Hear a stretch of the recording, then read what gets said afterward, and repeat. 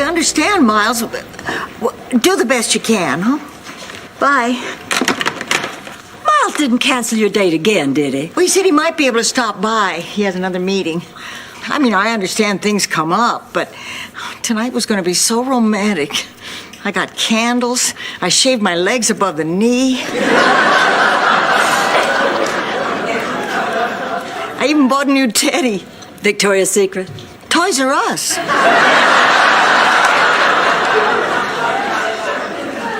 Rose, I'm so sorry. I know how much you were looking forward to tonight.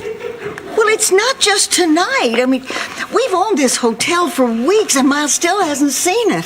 Not to mention the fact that he's been very inattentive to some of my other needs. What do you mean? Well, it's been a long time since we played cards. Really?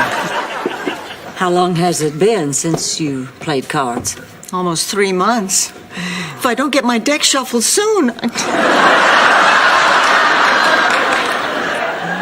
Are you guys talking about sex again? No, we're talking about cards, playing cards. Haven't you ever played cards before? I only really like to play solitaire.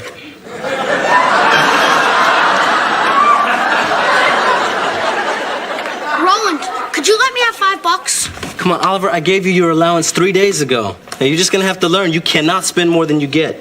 That means I'm broke for the rest of the week. Well, honey, if you need to raise some cash, be enterprising. I'm sure you can think of something. Now, when I was young and I needed extra money, there was always lots of work to do. Yeah, but Marshall Dillon closed down that bar. You know, Blanche, that's a good idea. I mean, Oliver should just go out and start his own business. When I was his age back in St. Olaf, my sister and I had a kissing booth. People would come from miles around. We made a fortune. The two of you would spend all day kissing strangers? No, each other.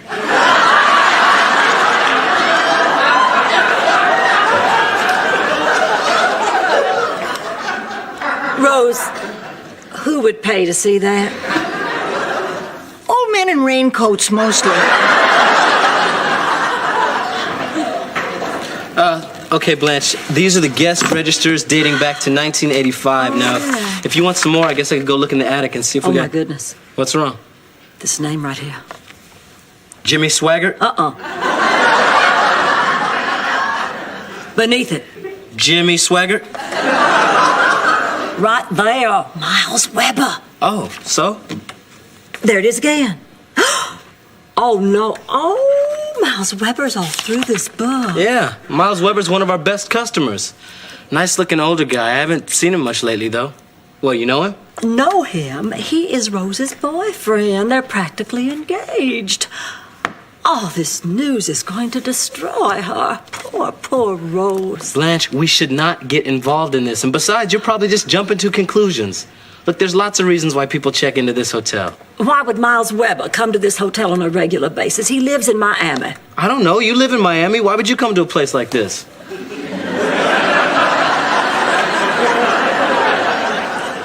Oh, poor Rose. I still don't understand why we can't serve my lasagna every night. Sophia, I told you, we have to vary the menu. Give the people some choices. They got a choice. They can either eat my lasagna or kiss my butt. Okay, but does your butt come with soup and salad? Oh, what am I gonna do? What's wrong, Blanche? Sophia, I have a big problem and no one to talk to. I just wish Dorothy was here. I need her advice. Why can't you talk to me? Well, no offense, Sophia, but Dorothy gives the best advice. She always knows just what to say. Hey, I always know what to say, you aging drag queen. Now, what's the problem? Well, all right, but this is a really big one. Sophia, I'm afraid maybe Miles is cheating on Rose, and I don't know what to do. Should I tell her or just forget it? Oh, this screams for a Sophia story. But don't worry, I'm not going to make you beg. Picture it. Brooklyn, 1957. Sophia, do I really have to stand here and listen to one of your stories? Can't you just get to the point? Would you tell Aesop to just get to the point? Would you tell the Brothers Grimm to just get to the point? Would you tell, who else tells stories? Mark Twain? Too folksy. Oh, Henry. Too ironic. Ray Bradbury. Science fiction fair. Get to the point. Fine. Here it is. And that's why I stopped making polio vaccine from scratch.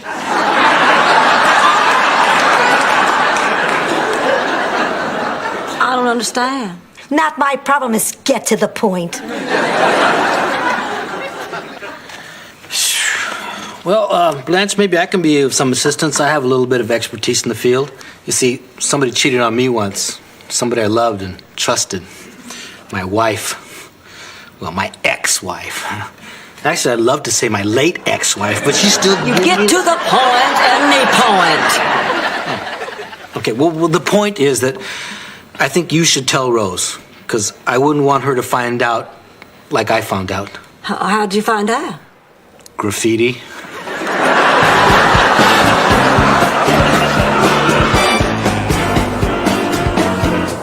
Excuse me, have you found a pair of sunglasses?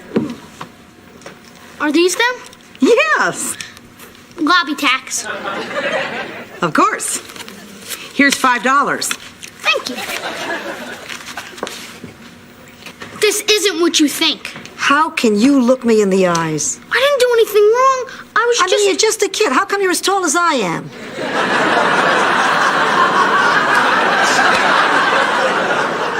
What's going on here? Okay, so I was using the lost and found to make a couple of bucks. But I earned it. I was being enterprising. What's the big deal? The big deal is you were doing something called extortion. You're not gonna tell Roland, are you? Of course I am. I have to set an example so you know right from wrong. Then again, $5 could make me forget this whole sordid incident. What? To be honest, I'll probably forget anyway. But $5 will seal the deal. But that's blackmail. It's just as bad as extortion. Such a little boy to be using such big words. Cough that up.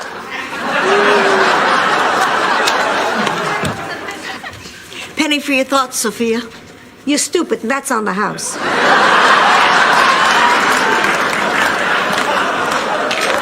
Rose, we have to talk. Oh, no, this is bad news, isn't it? Conversations that start with "we have to talk" always end with bad news. Rose, let's sit down. Oh, my God.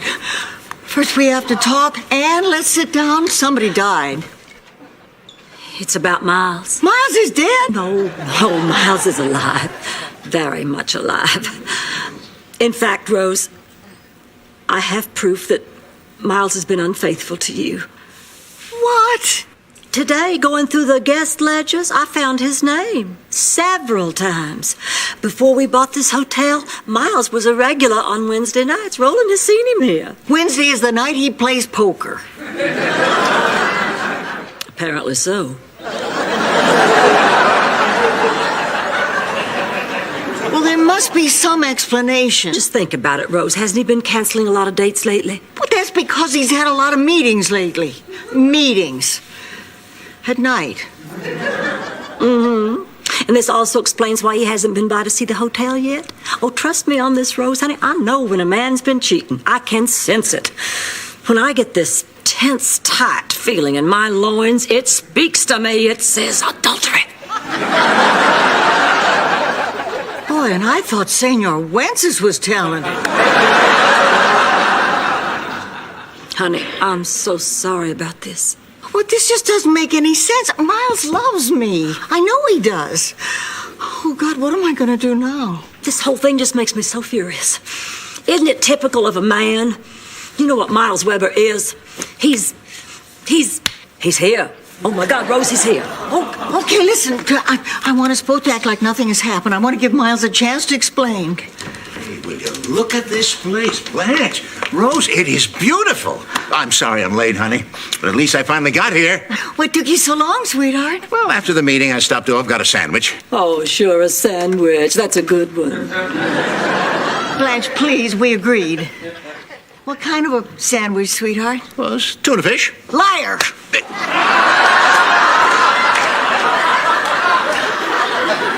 All right, it was a cheeseburger. I just didn't want to hear that cholesterol speech again. Was the sex better with her? And don't lie to me again. Sex? What are you talking about? She knows you've been cheating on her, Miles. I told her. You did what? It's no use. We know you've been coming to this hotel for a long time with other women. I saw your name in the guest register. It's impossible. I've never been to this hotel before in my life. Hey, what's going on in here? Stop it. Just stop it. I deserve better than this. Now, Rose, calm down. You Now, never loved me. Just admit it. You never loved me. Rose, that's not true. Rose! And please, let's have a nice round of applause for our very own Golden Palace players and their living theater production of Come Back, Little Sheba. Thank you. And please join us tomorrow when we will do our critically acclaimed version of Little Abner. Thank you. Good night. All right. Blanche! I don't know why you did that, but you have destroyed our relationship. I hope you're satisfied. Oh, the nerve of him! Caught red-handed, and he still lies through his teeth. But you can't fool Blanche Devereaux. I could see the pathetic, grasping desperation all over Miles's guilt-ridden face. Wait, hold it. That was Miles? Oh, boy. What is it? Blanche, there is a Miles Weber who's a regular at this hotel, but that wasn't him. Oops.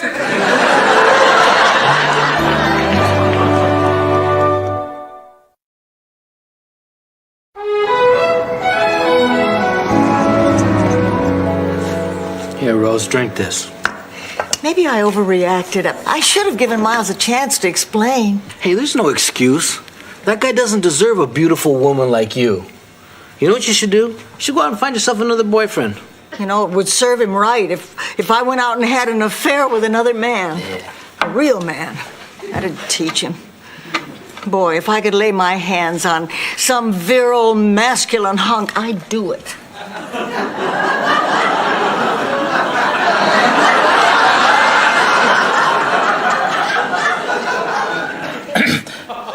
I've worn women's clothing. Really? I never felt so free. Maybe I'm just kidding myself. I mean, Miles would never be threatened by just anybody. It would have to be somebody dark and mysterious. Someone dangerous and forbidden. Hey, guys, what's going on? Roland, what are you doing tonight? I don't really have any plans. Because Rose is looking for a real man to sleep with? Aside from painting my toenails. Darn.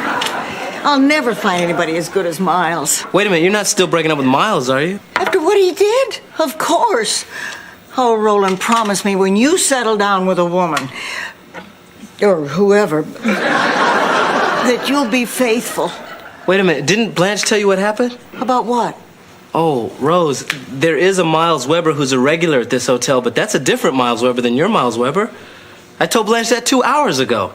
What? Oh, I'm sorry. It's okay. Now, if you'll both excuse me, I have to go kick some gravy-sucking, gopher-eating, cousin-humping southern butt from here to Chattanooga. Excuse me. I didn't order a baked potato. I ordered rice. We need rice!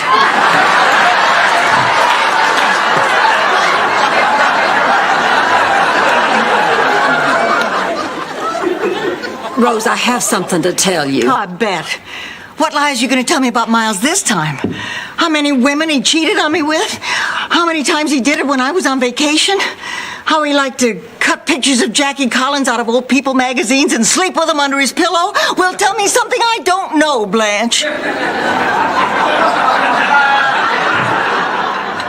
You told her about Miles. You couldn't wait for me to do it. How did I get involved in this? I distinctly remember trying not to get involved in this. Rose, I swear I was only trying to be a good friend. Don't give me that. Why didn't you tell me immediately this was all a misunderstanding? Well, I wanted to, but it was hard for me. I was scared. I was afraid you might get mad at me. I guess I shouldn't be surprised. Because like always, you were too concerned with Blanche. About what would happen to you. You cared more about that than my relationship with Miles. Some friend. Ladies, please, I don't think we should do You this. stay out of this. You said enough. Well, as far as I'm concerned, our friendship is over. Yes.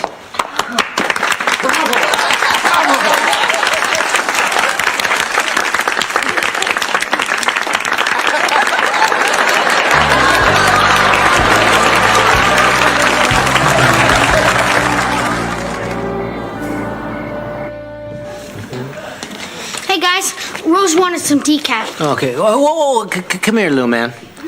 Sophia tells me you've been using the lost and found to extort money from the guests. Now, you know better than that.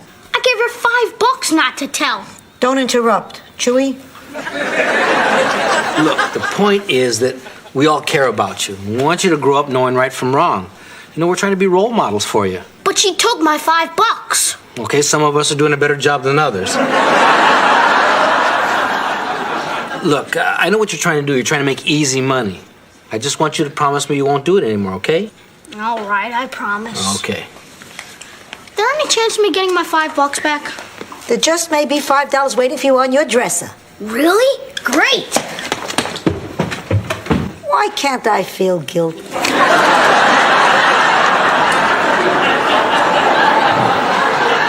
was one of those silly coincidences, that's all. Oh, thank you, sweetheart.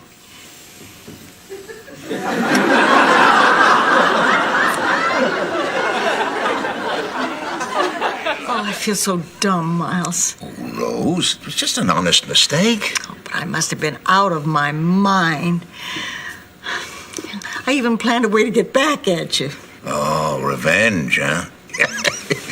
You're so cute. What were you gonna do? Call me on the phone and hang up? Ring the doorbell and run away? I hired an ex-Green Beret to tamper with your brakes.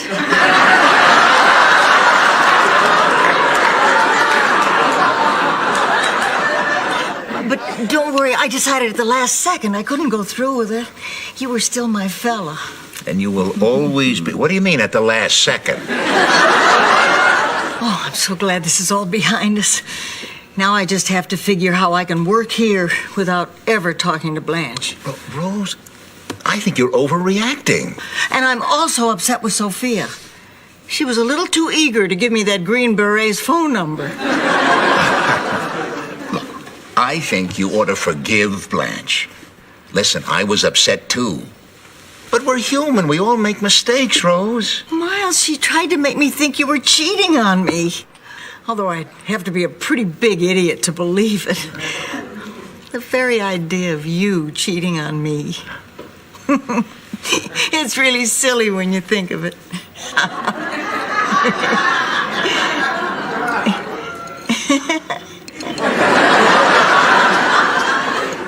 Rose, we have to talk. I sure hope you're about to tell me somebody died. About 6 months ago, Rose, I was eating in a restaurant and I met this waitress. Her name is Fern. And we got to talking and, well, her husband had just died. And, Oh, thank God somebody died. no, sweetheart, that's not where I'm going. Oh, Well, we found we had so much in common. We've developed a very special relationship. We become very close, Rose. I don't believe this. Oh, sweetheart, I didn't mean to fall in love with two women, but I did, and I'm very confused. Rose, I don't know what to do. At my age, I can't afford to make the wrong choice. Choice? This isn't the Pepsi Challenge, Miles. When I think of all that we've shared and for you not to be sure. I thought if we could talk about it, well, maybe we could work something out.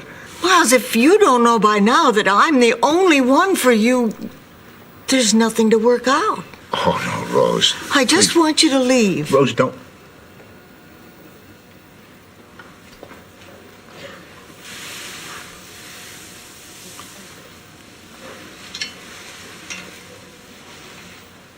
Miles, why did you decide to tell me? Well, even though Blanche didn't get her facts straight, somehow she was right about me. Her loins can talk, you know.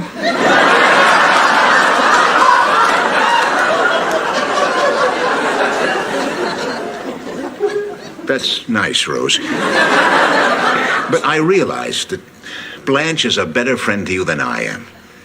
And I couldn't let you throw that friendship away. Thank you. You think maybe someday,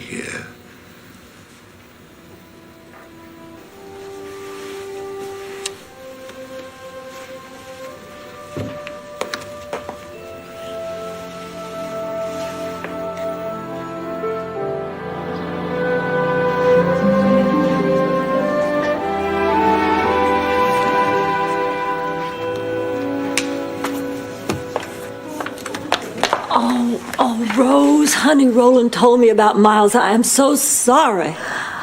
I'm so sorry for all the things I said to you. It turns out you were right. Wish I hadn't been.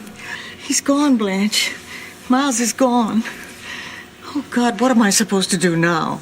Well, you could try doing what I always do when a relationship ends. Blanche, I'm not going to get naked and call the fire department.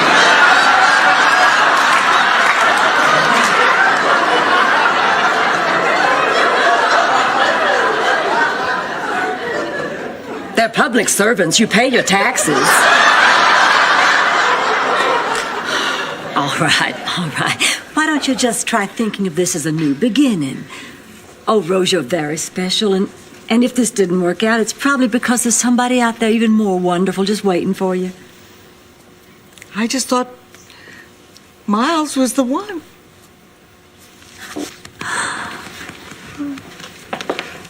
This is without a doubt the worst production of Little Abner I have ever seen.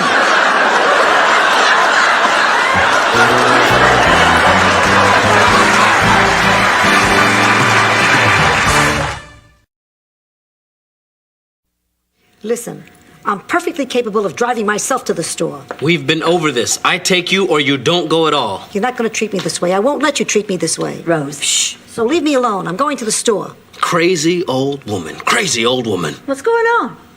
I think they're doing Driving Miss Daisy.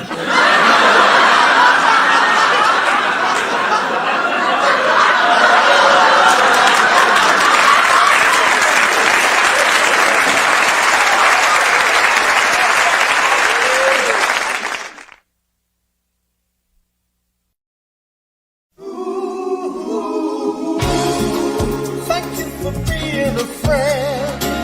Travel down the road and back again. Your heart is true. You're a pal and a confidant. And if you threw a party, invited everyone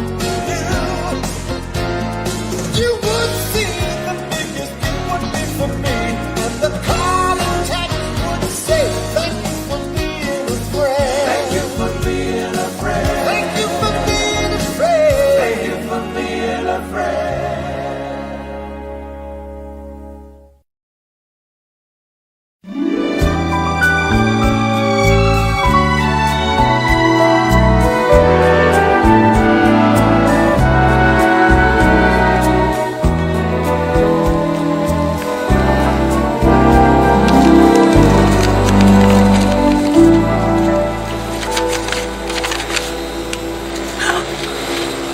I don't believe it. The owner of the Mecca Hotel is suing us.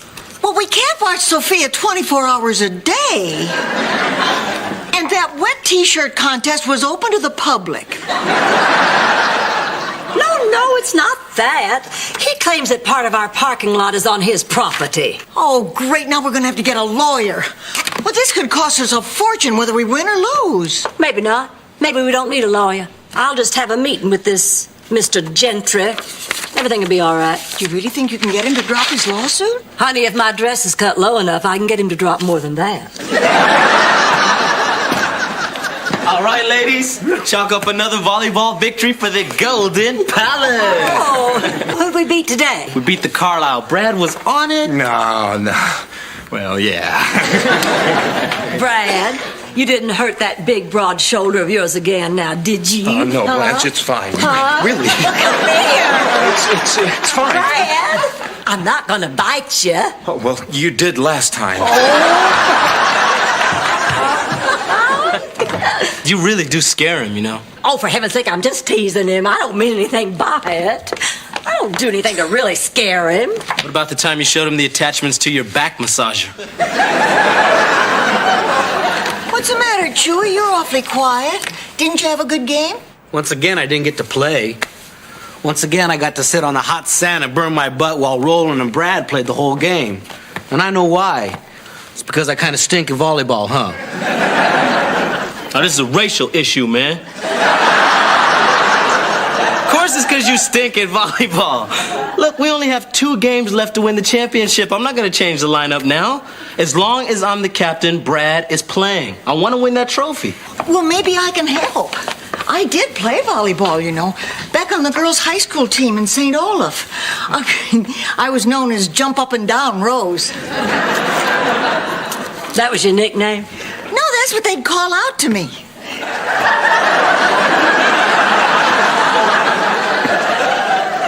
Boys can be so cruel.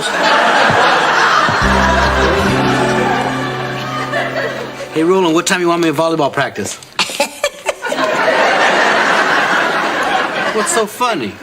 You sting. Yeah, what time should we be there, Roland? We? Didn't Roland tell you? I'm on the team now. Wait a minute.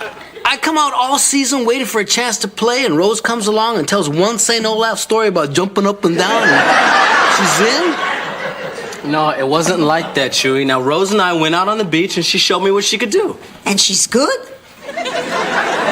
Well, she's no Chewie Castillos. So, yeah, she's good. Well, you will not believe what happened to me today. I was at a business meeting down at the bank trying to get our line of credit increased. So I'm sitting there across the room from this Mr. Reynolds, a vice president, mind you, and oh, he said the most upsetting thing to me. Don't come back until you're wearing underwear?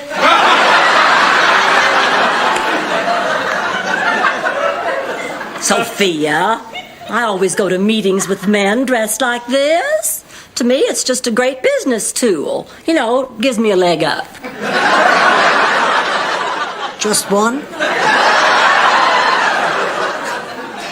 Well, I know it's not fair. I mean, is it possible for any man to resist me when I look this way? Well, is it?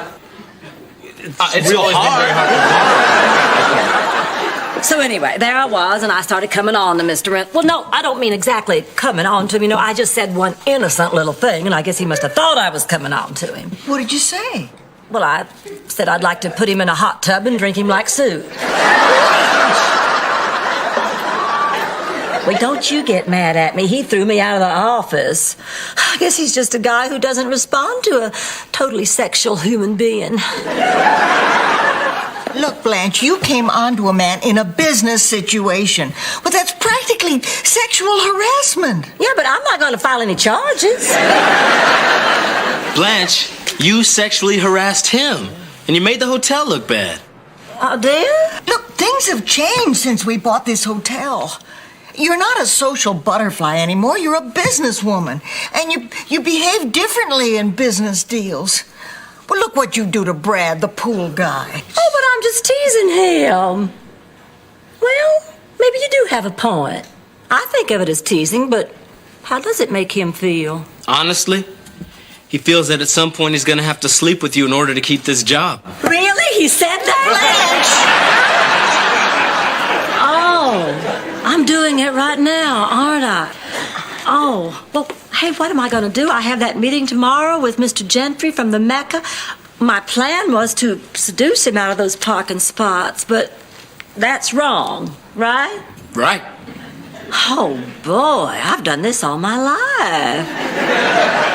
I'm really ashamed of myself. Well, I guess I'll just have to change my ways. And I will, too. From now on, Blanche Devereaux is a new person. I will never again throw myself at any man I'm doing business with. Well, there goes our free cable.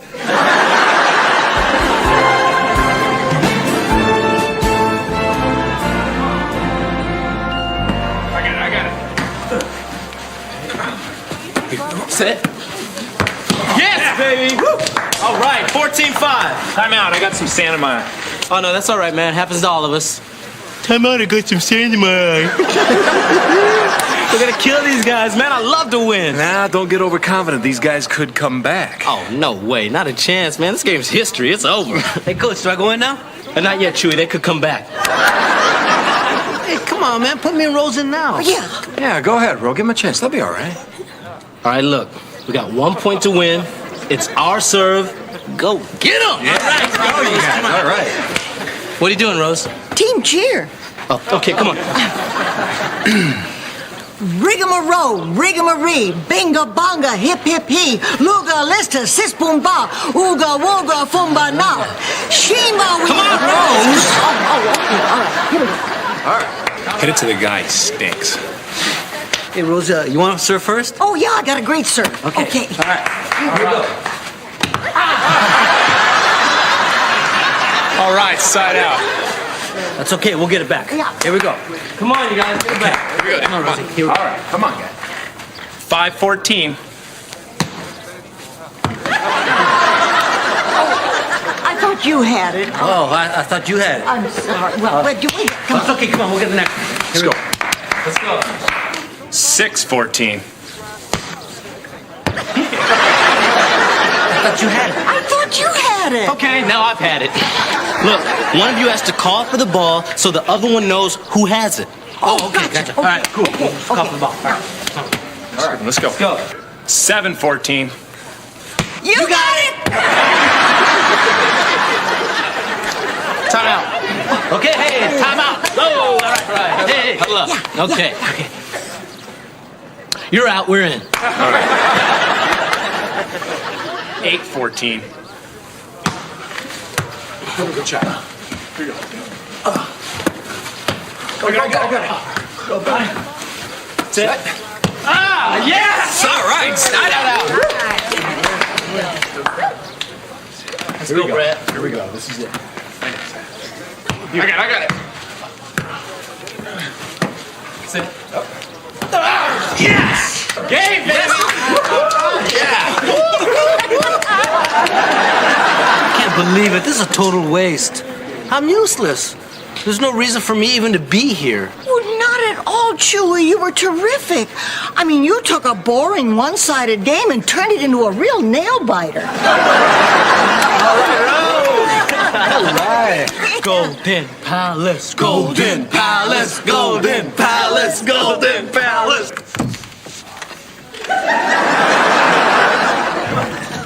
I'm ready for Mr. Gentry. Who are you supposed to be? Dr. Quinn? Medicine slut?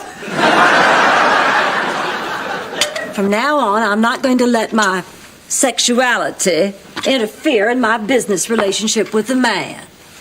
I just couldn't respect myself if I did. I have changed. From now on, I'm Blanche Devereaux, businesswoman. Excuse me, I'm looking for Miss Blanche Devereaux. I'm Blanche Devereaux. I am Lawrence Gentry, and may I say, what a pleasure it is to meet such a beautiful woman. I'll be right back, Mr. Gentry. I just want to change into something not so hot.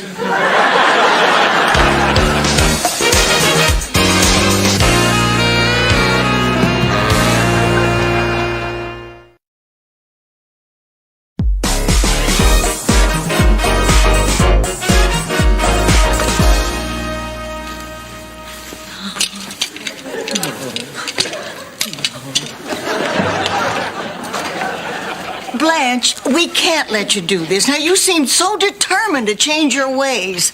You're afraid to use your brain instead of your body. Now, don't be ridiculous. Why should I use my brain when I can have these proud beauties stand up for me? I got news for you. They're falling down on the job a little. See, I always His new Blanche acts the way she does because she suffers from sturgeon yanking. Now, do we have to listen to this? I have to. I can't run as fast as I used to. When I was young, Dr. Sigmund Sturgeon, St. Olaf's most controversial psychologist, was called in when all the girls in town became... How can I put this? Oh, what the heck, we're all adults. Became like you, Blanche. His theory was if you pulled out a girl's front teeth, it made her less attractive. And that solved the promiscuous problem. So it was decided that all the girls in St. Olaf, except the daughters of the members of the town council, would have Dr. Sturgeon yank out their front teeth. Thus the name Sturgeon Yankin. Hey, you may be right. Rose, my wanting to look nice for Mr. Gentry has nothing to do with my old way of doing business. Isn't it possible I'm just attracted to him? I mean, what's supposed to happen in the 90s when two people meet at work and they're just plain attracted to each other? You want my opinion? Keep your body out of it and just use your mind. Is that really possible? You want to be a professional? Okay. All right. I'll try that. Atta girl, Blanche. But I have to tell you, it feels very unnatural. If it gets too tough, there is help. As we say in St. Olaf, men don't chase toothless women. Well, not until last call.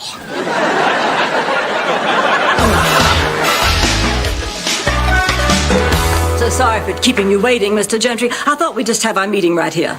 Are you sure? You know, now that we met, I'd much rather discuss business tonight. Maybe over dinner. No. We're here to discuss business, and I prefer to keep it businesslike. Sure. Dressed in that wild Dr. Quinn outfit, huh?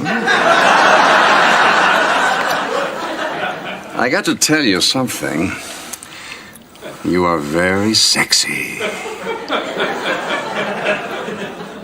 Why a man like you isn't running around in a loincloth, I'll never know.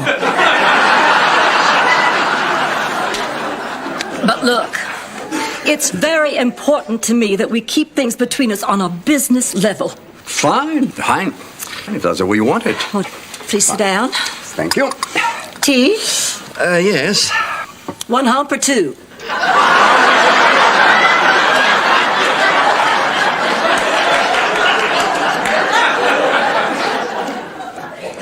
I guess I can try too. Now, just what seems to be the problem with the parking lot? Well, as you know, land down here is at a premium. And our hotels are so close. I mean, we're so close, we're practically on top of each other. Sounds good to me. Now, we're here to talk about business, so here are some of my ideas about the parking places. You have those lunches for businessmen? And you have fabulous eyes. Which are undressing you at this very minute.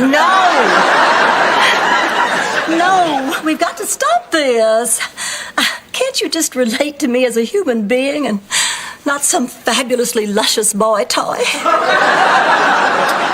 But you are, Blanche. You are. Maybe it's time to leave the business to those who can do it best, and you should concern yourself with what you do best, huh? No, damn it.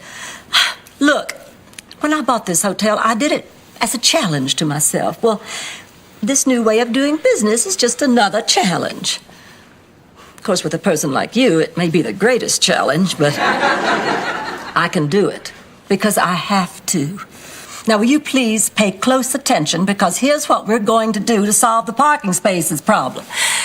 You and I have very different clientele. Oh, yes, we do. So we're going to interface our computers and study the traffic flow, determine who gets the spaces at peak occupancy, and then just share them equally without interfering with any of our guests. Well, do you agree? Well, I underestimated you, Miss Devereaux. That's a very impressive solution. So it's settled. And maybe, once in a while, we could have lunch together. Just to see how we're doing. With business? Oh, of course. Well, I'd like that. Good. Well, So, very nice doing business with you, Mr. Gentry. Well, it's very nice doing business with you, Miss Devereaux. You know, you really do have a scintillating mind. You are a fascinatingly intelligent woman.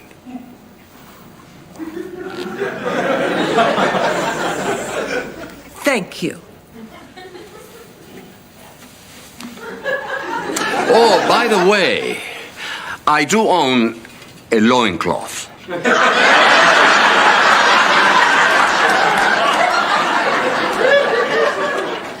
I had a hunch.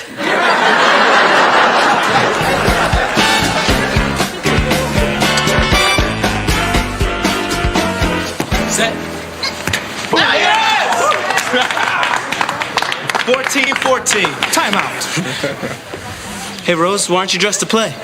Well, see, I kind of decided cheering is what I do best, so I'll just be cheerleader. All right. Your pom-poms, madame. Oh, thank you. It's wonderful knowing that at any age your life can have purpose. Go, team, go, team, go, team, go! Good, Brad. You all right?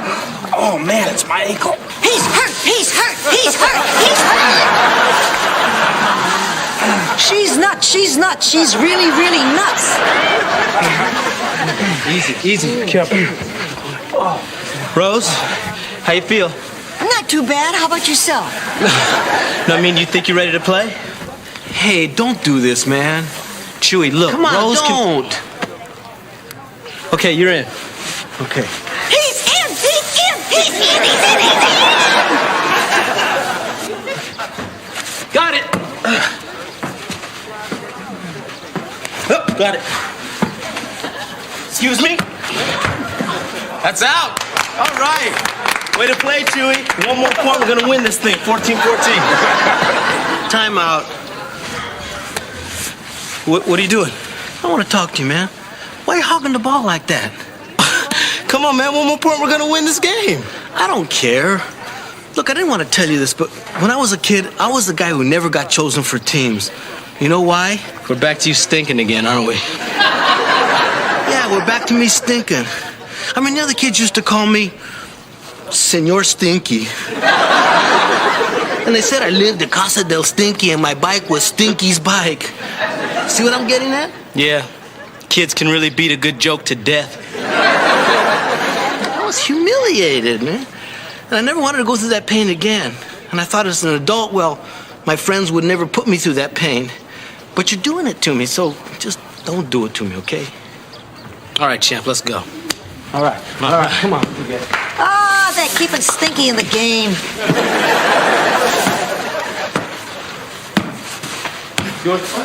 Yes, side out. We stink, we stink, we stink, we... Game point.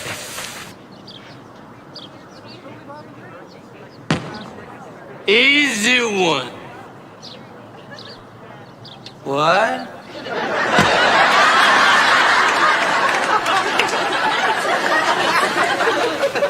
Yes, that's game.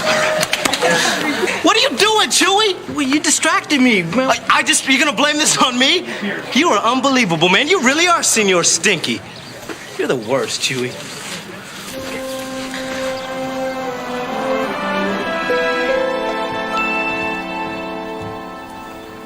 Oh, hey, Chewy. Hey, wait up, my man. Hey, my main man. My main man. Chewy. Main. Man. You're never gonna talk to me again, are you? All right, I understand. I just came over here to apologize. Look, I thought about this all last night, and I was trying to rationalize by telling myself that I always play to win, but I lost. You don't have to remind me. I'm not talking about the game. I'm gonna get over the game. Someday. Evidently, I'm losing you. I just wanted to say I'm sorry. I will never humiliate you like that again. Does this mean I get to play next year? No. Good, man, because that would really be humiliating. Come on. You see, setting up those computers wasn't all that hard. You were right again, Blanche. You know, your hands are as smooth and soft as rich Corinthian. Well, let's just say they're soft. Listen, now that our business is concluded, perhaps we can open a new chapter in our relationship. Well, I suppose that could work as long as we can keep our professional relationship separate From our personal relationship?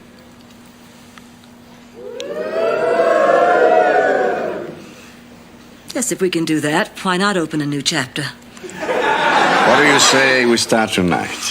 I say great. Your hotel or mine? Mine, they know me at yours.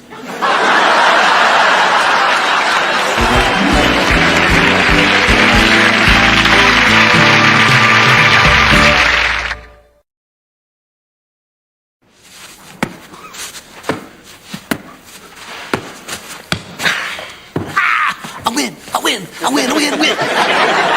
All right, good job, Chewie.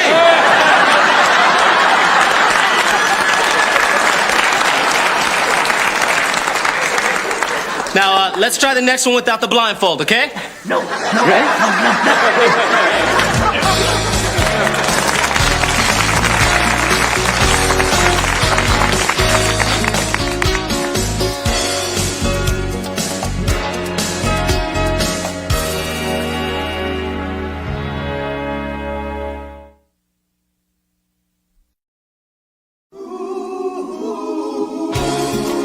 Thank you for being a friend. Driving down the road and back again. Your heart is true. You're a pal and a confidant.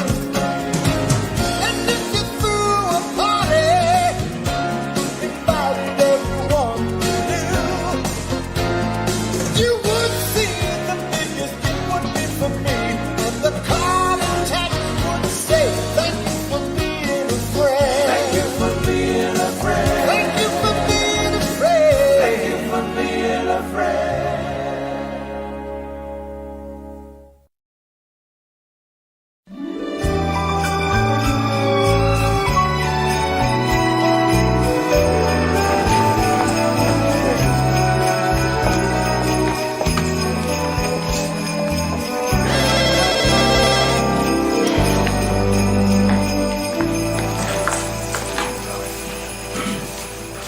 Well, I think we've outdone ourselves. I mean, this is shaping up to be the best Christmas ever. What do you say, Sophia? Christmas, schmissmas. What's that supposed to mean? Nothing. I'm just proud with these teeth I can still say it. I just think it's wonderful that because of this hotel, we're able to open ourselves up to strangers in the spirit of love. Yeah, and it'll save you travel time from one hotel to another. Chewie, you've been out in that kitchen all day. What delicious surprise have you prepared for tonight's Christmas dinner? Enchiladas rancheros. Oh, Chewie, it's Christmas Eve. You're going to have to do better than that. Hey, if you think I'm going to stay in that kitchen roasting my chestnuts anymore, you're crazy. Actually, Christmas isn't exactly my favorite time of year. Yeah, Christmas, schmissmas. Hey, that's pretty good with those teeth.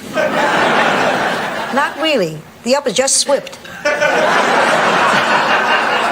I'll tell you why I don't love Christmas. I got drafted on Christmas, I got divorced on Christmas, but there's one thing that's worse than any of those. El queque Navidad de los Castillos. What's that? The Castillo's walking Christmas cake. It ruined Christmas for me forever. It was this promotional idea my dad came up with to get people into the restaurant on Christmas. I had to dress up as a layer cake and walk amongst the customers. Then I had this big headdress made out of whipped cream and spoons, and people would pick bites off me. I felt like Tippi Hedren and the Birds. Boy, whatever happened to normal Christmas traditions? I know. That reminds me, I have to melt cheese on my pillow, or Santa won't fill my stocking with stew.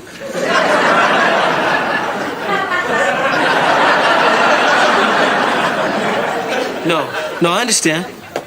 Oh, it'll be my pleasure to help out. Oh, yeah, absolutely. Okay, yeah, you're very welcome. Bye-bye. Who was that? It's a guy I know down at the Children's Hospital.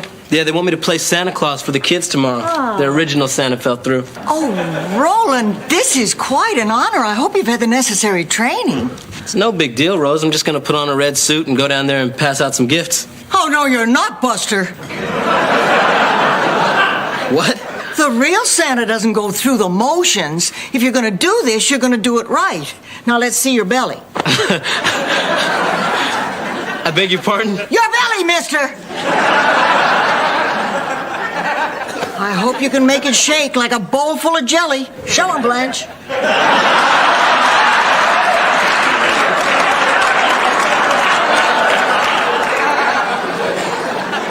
Rose, I do 150 sit-ups every night to get my stomach to look like this. Oh, great, a taut Santa.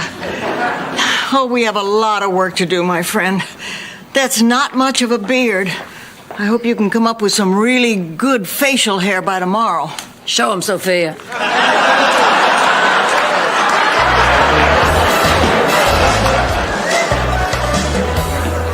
All right, let's try this again. Rose, we got a lot of work to do. Roland. Next.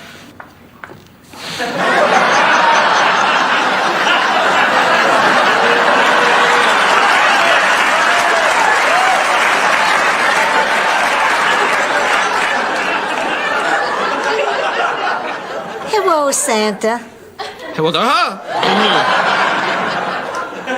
I'm warning you, little girl, you pinch Santa there again, he's gonna wing your little neck. All right, now, ask her what she wants. What do you want for Christmas, little girl? I want to stay on your lap till New Year's. Sophia! All right, how about a sponge bath from the elves? Get off me. Get off me, Sophia. Jolly! Be jolly! Get off me, you disgusting little old woman. You're doing much better, Roland. Don't forget that twinkle in your eye.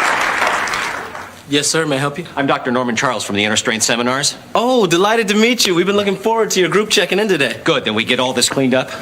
Excuse me? Get rid of all these decorations before we check in. The woman I spoke to on the telephone promised me a strictly Yuletide-free environment. She said it would be no problem to totally ignore Christmas? Actually, she said Christmas schmissmas, which I found rather impressive. Wait a minute, I don't understand. Who doesn't like Christmas? This is a group of recently divorced people bitter over having their hopes and dreams shattered.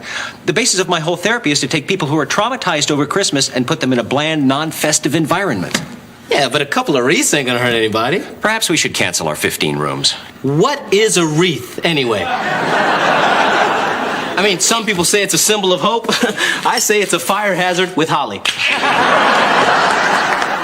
And that's the way it is. Any signs of Christmas whatsoever, and these people are gonna check out. Well, that's just rotten. Sophia, I hope you're satisfied. You've just ruined Christmas for all of us. I can't believe you'd do something so stupid and careless. What do you have to say for yourself? God bless us, everyone. What's that supposed to mean? Nothing. I'm just trying to get out of it by being cute.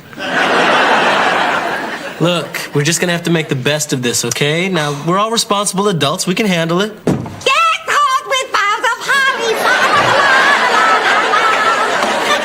holly. We need to talk, Rose. Oh, Rose isn't here. I'm Nicodemus, Santa's #1 helper-in-chief. Rose, honey, we've got some bad news now. There's been a terrible mix-up. We cannot mention Christmas in front of this group of guests we got coming. What? So, of course, that means the costumes got to go. No way. I'm going to wear my elf costume or I'm going to walk around naked. I know, I've said the same thing myself many times.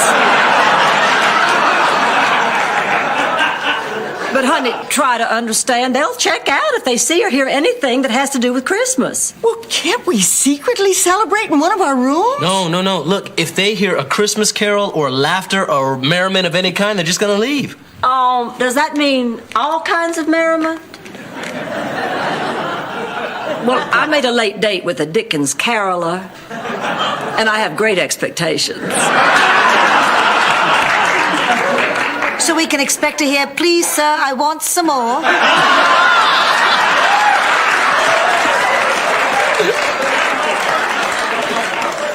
Cancel the date, Blanche. Oh, but it's Christmas. Oh, that's right, and we're all going to be so disappointed if we can't have Christmas. Well, the tree's in the dumpster and I feel like $1,000,000. This is gonna be the best Christmas ever, huh? No caroling, no gifts, no dinner to clean up afterwards, no reminders of Christmas whatsoever. Excuse me, didn't you forget to say bah humbug? So I did. Bah humbug! Bah humbug! Chewie, every time you say bah humbug, an elf cries. Rose, the elves are crying because they're lonely little men whose dating pool consists of reindeer and each other. Look, I'm sorry. We just obviously have very different ideas about Christmas. I mean, I don't think people should go in to hawk up their ears to buy gifts for people who are just going to leave them and desert them anyways. Christmas, who needs it? Bah humbug. Oh, how can anybody be so cruel on Christmas Eve? Let's fire him.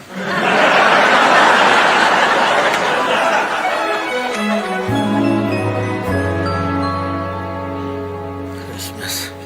Bah humbug. Christmas. Oh, I was having a dream. Yeah, I was just having a... Chewie Castillos. Who are you?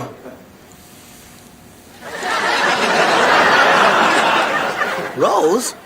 What are you doing in my bedroom? I am the ghost of Christmas past. What?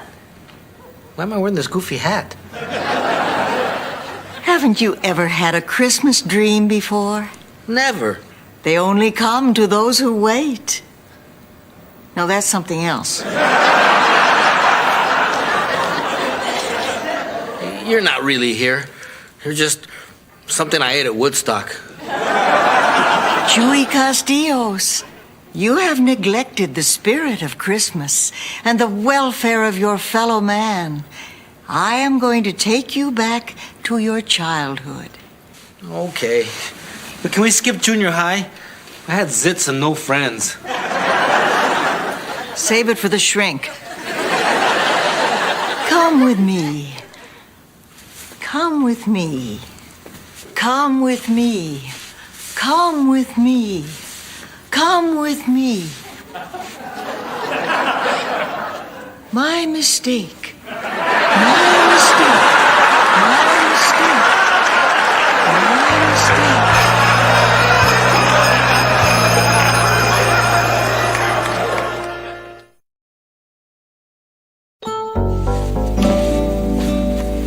Behold, the kitchen of your father's restaurant that you left 30 years ago. Actually, this is the kitchen of the hotel I left 30 minutes ago. Was there an oven in your father's kitchen? Yes. Was there a sink in your father's kitchen? Yes. Then shut up and work with me on this. Hey, it's my pop. I never realized what a good-looking man he was. Hey, Pop, looking good. He can neither see nor hear us. Who said that? Okay, Chewie. Chewie, come on, mijo. No. Chewie, all the customers are waiting for you, son. Make them go away. I can't do that. They're all waiting for el queque Navidad de los Castillos. We can't have Christmas without you, mijo. Oh, here it comes. I can't look. Look, look. How bad can it be? Ay, qué chulo.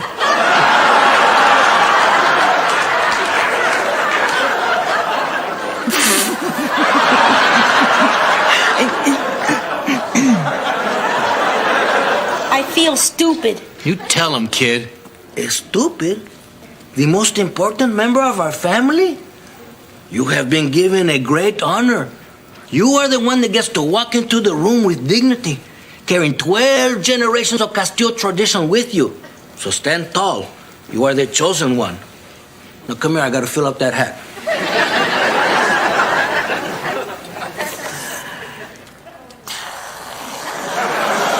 Do you know what it's like to have your head filled with whipped cream?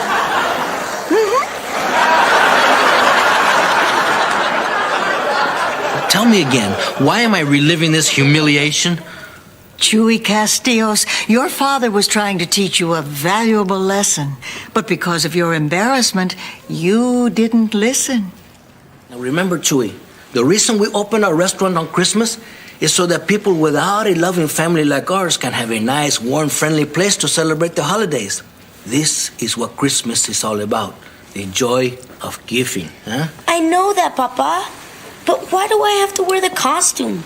Because you can't charge a 2-drink minimum without a floor show. Come on, Ruben. I don't know about you, but I was touched. Okay, Ghost of Christmas past. Where'd you go? Whoa! Who are you? I am the ghost of Christmas presents. The ghost of Christmas presents?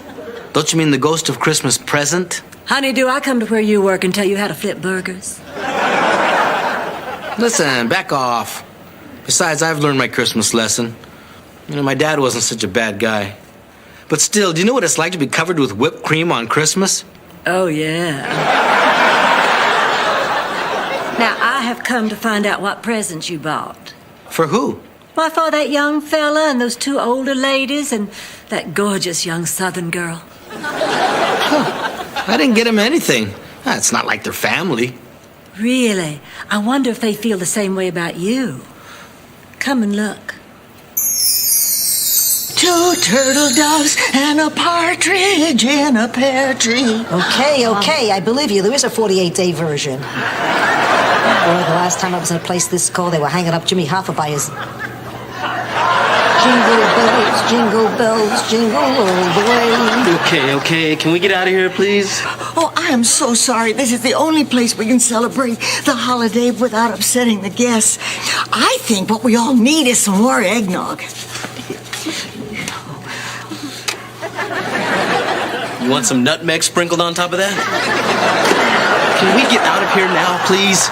That's not a very nice Christmas attitude for someone who wants to play St. Nick. Come on, let's hear those reindeer names, Buster.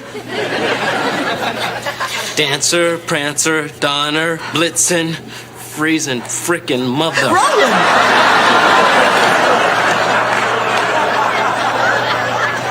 Look, we're all cold, but we can't leave until we open our presents. Oh, no. Can't open our presents yet. Chewy's not here. He's still in his room. Probably wrapping all our gifts. Oops. Well, we can't open our presents till Chewy gets here. Now, he's part of the family. You squirming yet? Yeah, I'm squirming. Boy, it's cold. I'm frozen stiff. All I can move is my mouth. There's a no-win situation. I never thought I'd say this, but this has really been a wonderful Christmas. It's brought us all closer together. Yeah. I mean, we may not have the trimmings, but we've got each other. And that's really more important than all the fancy parties and presents. You know, that's the thing about Christmas. You know where your home is. I mean, whether you can get there or not, you know where it is. Yeah, it's right here. Yeah. A toast, then, to us. Yeah. And Chewy. Yeah. My absent friend. Yeah. Merry Christmas. Yeah, Merry Christmas. Oh, Merry Christmas. I love you. So how do you feel? About this big. Yeah. I'm cold, too. Let's get out of here. What a nightmare. You know Andy Garcia yourself. Who are you? Topper. I'm the ghost of Christmas yet to come. You're not much for picking up on a pattern, are you? Look at the TV. Hey, it's me. That's right, it's your future. No, don't show it to me. I don't want to see it. It's either this or a very Brady Christmas. And I got the clicker, so relax and enjoy.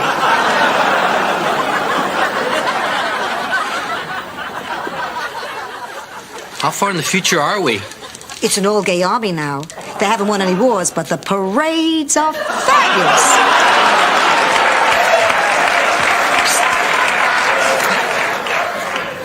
Christmas gift exchange at 5 o'clock. What, are you crazy? You know the new owner doesn't allow us to celebrate Christmas? New owner? You mean the ladies lose the hotel? Rose, it was horrible. What's wrong? I just came from my church social. Henry Richards, the most eligible man in the congregation, he tried to kiss me. Just felt so unclean. In the future, Blanche hates men?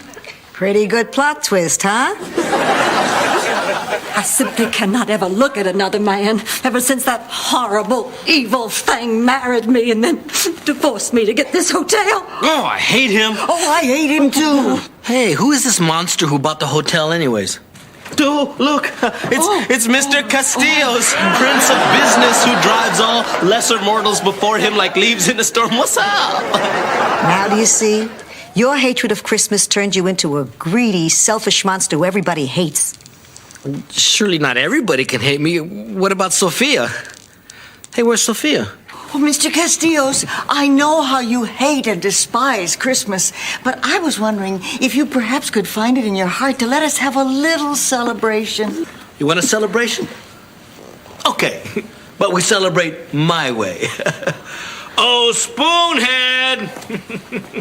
Spoonhead! Come out here! Dance, Spoonhead! Dance, I say!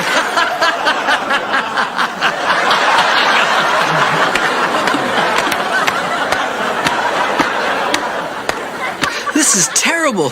Isn't there anything I can do to stop this from happening? Of course you can stop it. Change your ways or you change the future. I gotta go now. Oh man, what a dream. It's still Christmas. I haven't missed it.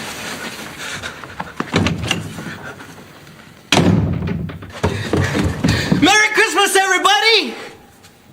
The freezer!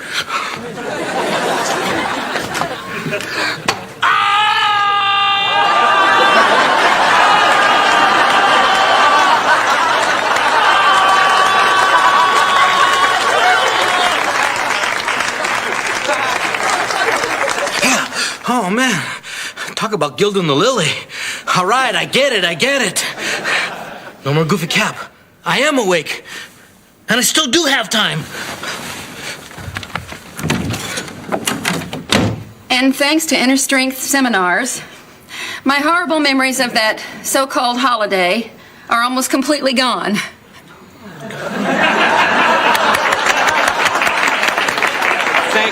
Thank you, Wanda, for that very special testimony on a day like any other day.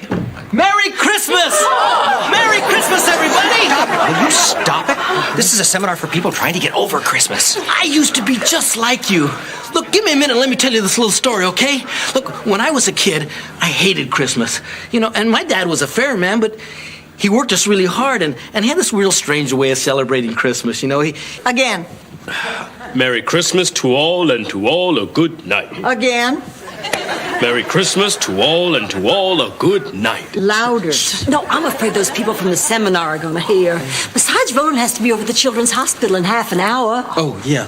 Rose, thank you for everything you've done. I hope I don't let you down. Oh, don't worry. The minute you put on that red velvet jacket and grab your sack of goodies, you can't help but bring pleasure to people's lives. Merry Christmas, everybody! Merry Christmas!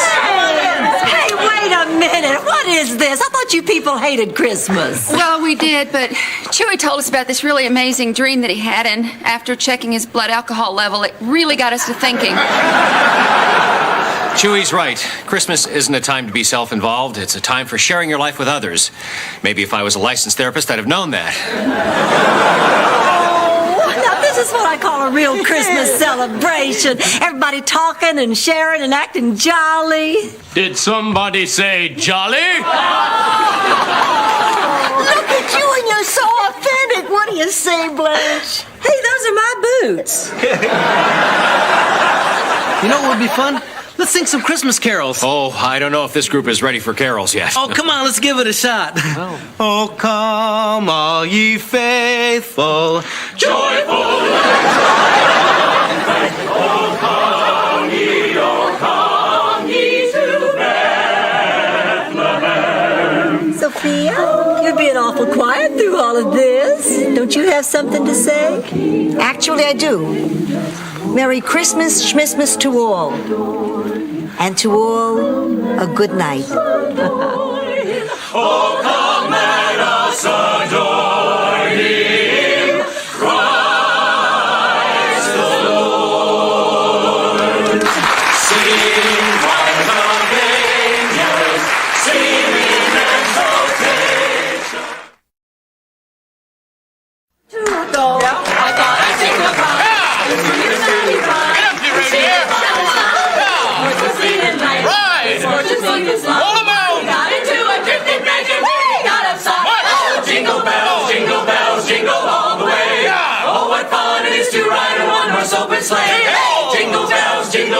jingle ball ways. Oh, what fun it is to ride in one horse open sleigh.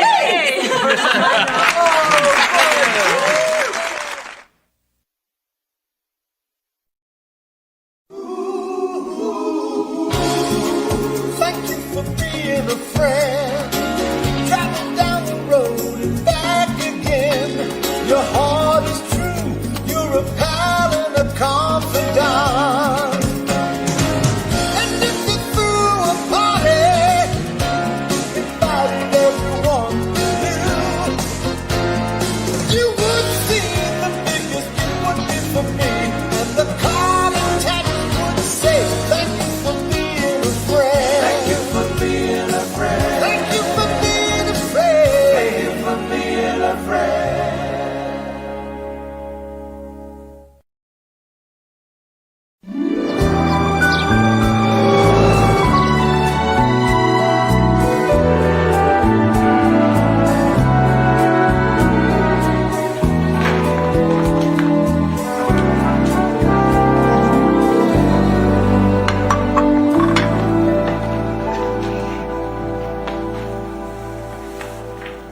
Hey, Shorty. Hey, Wrinkly.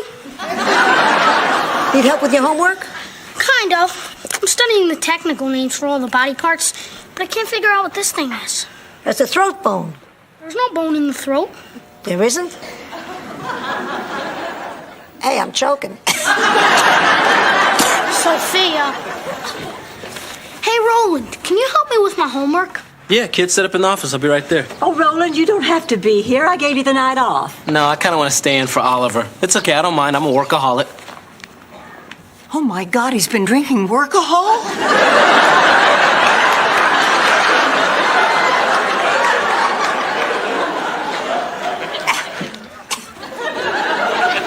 You okay? I've been floating around the ceiling dead for 3 minutes, but thanks for asking. By the way, God said hi.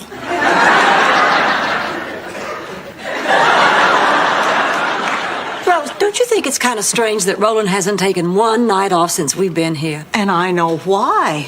He's lonely. He hasn't been dating. There's no love in his life. I should know. I'm the expert on love. Oh, please get real. You've had, what, 3 men in the last 40 years? I had that many between the Kennedy and Oswald assassinations. Yeah, and how many of that faceless horde say I love you? Honey, if I touch them in the right place, I can get them to say it's howdy doody time. Well, I still say Roland needs a girl, and I'm the one to find her, not you. Well, let's not make this into a contest, Rose. Why not? Chicken? No. You afraid I know more about men than you do? No, I just don't think we ought to meddle.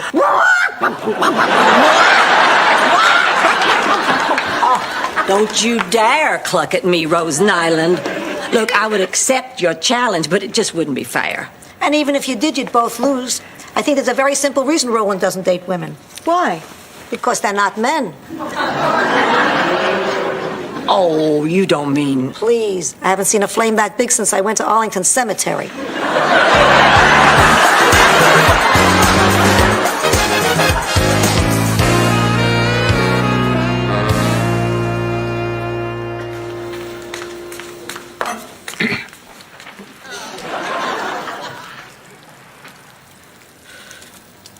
Terrible.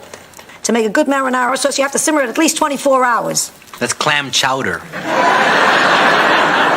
Perfect. And where did I put my glasses? Hey, everybody, listen.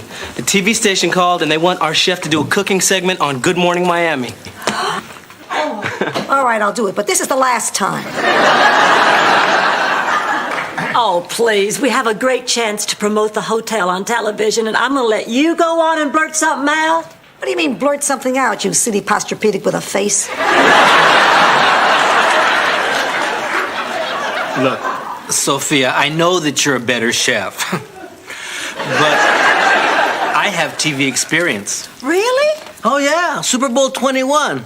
That was me behind Brent Musburger, remember? You know, it's a tough choice, but I think Chewy should go. Sophia, don't take it personally. It's just that Chewy... Well, honey, Chewy can see. Keep talking, Blanche. Keep talking, because I'm zoning in. Keep talking, Blanche. She went this way. Roland, shouldn't you be out on the desk? Yeah, back to work. Well, that's the last time Roland will be single. Because in about 5 minutes, a beautiful woman is going to walk into his life, and I'll win the bet, and you'll be the loser. Now, wait a minute. I thought we decided we weren't going to go through with that silly competition. Part of the secret of winning is knowing the game has begun. Well, if you'll excuse me, I have to go meet the future Mrs. Roland Wilson out front. No fair! No fair! No fair! No fair! The mating call of the loser. Rose Nyland is not going to beat me at matchmaking.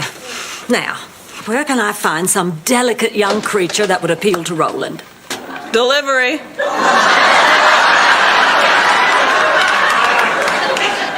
Do you have a minute to meet a gorgeous man? Well, can I freshen up first? Oh, sure. I'm fresh.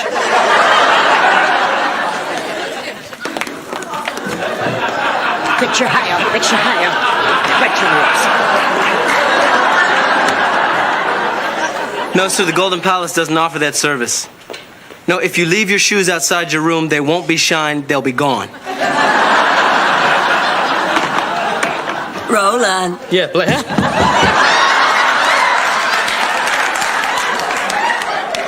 Roland, this is a friend of mine that I just think you're really gonna like. This is your friend? What's her name? Roy. Actually, this isn't my smock. That's enough, Roy. I just feel like you two are really gonna be able to make a go of it. Could you excuse us?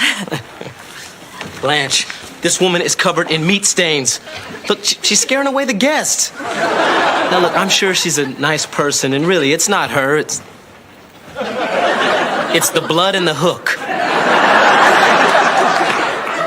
Stop it. Why are you resisting this? You're both so similar. Similar in what way? Well, you're both, you both have, you're both. We're both black, right? Black? Hey, you know what? Blanche! Oh, all right. I don't know a lot of black people, okay? Besides, this is just to tide you over. I'm still looking. Sorry, Roy. You know how men are. No, I don't. Blanche, you make me sick. Fixing him up because of his skin color. I've got someone coming who's going to like Roland for Roland. Oh, there you are, Mr. Raschuti. How do you like your room? Oh, it's exquisite. Thank you very much. Now, where's this tasty little Slim Jim you've been filling my ears with? I'm with her. Sophia, how could you? He's a guest. I'm bringing him in as an expert. He'll ask a few questions. We'll get an answer. Potpourri? No, thank you. Straight, no chaser.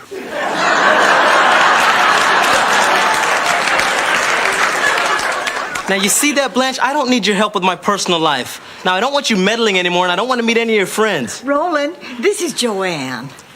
So this is the last time I'm going to do this for you. Hi, I'm Roland Wilson, raging heterosexual. So nice to meet you. It's nice to meet you. Oh. I win. Roland wins. It's a win-win situation. Oh, except for you, Blanche. You lose.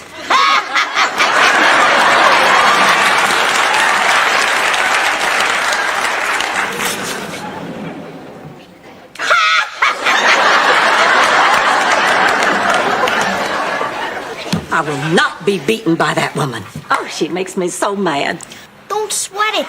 Between you and me, that date won't work out. I think Roland's still hung up on Trisha. Trisha who? Trisha Waters. She's Roland's old girlfriend. I've seen pictures of her. She's really pretty. Oh, well, why did they break up? I don't know. I guess because she moved back to Atlanta. Atlanta, huh? Well, I don't think this contest is quite over yet. Joey, This is the third complaint today. Table number 5 says the soup is too salty.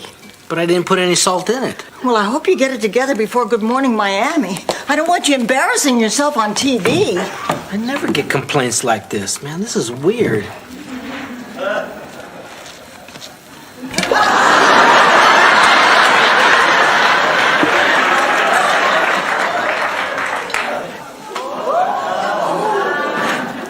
Hey! What'd you just do? Nothing. You just put that whole box of sugar in the soup. Oh, I did not. You've been trying to ruin my food, huh? You want to make me look bad so you can go on TV. That really hurts me. I'm a wounded bird. Oh, I'm sorry, Sophia. I was acting, you idiot. I was born to be on TV.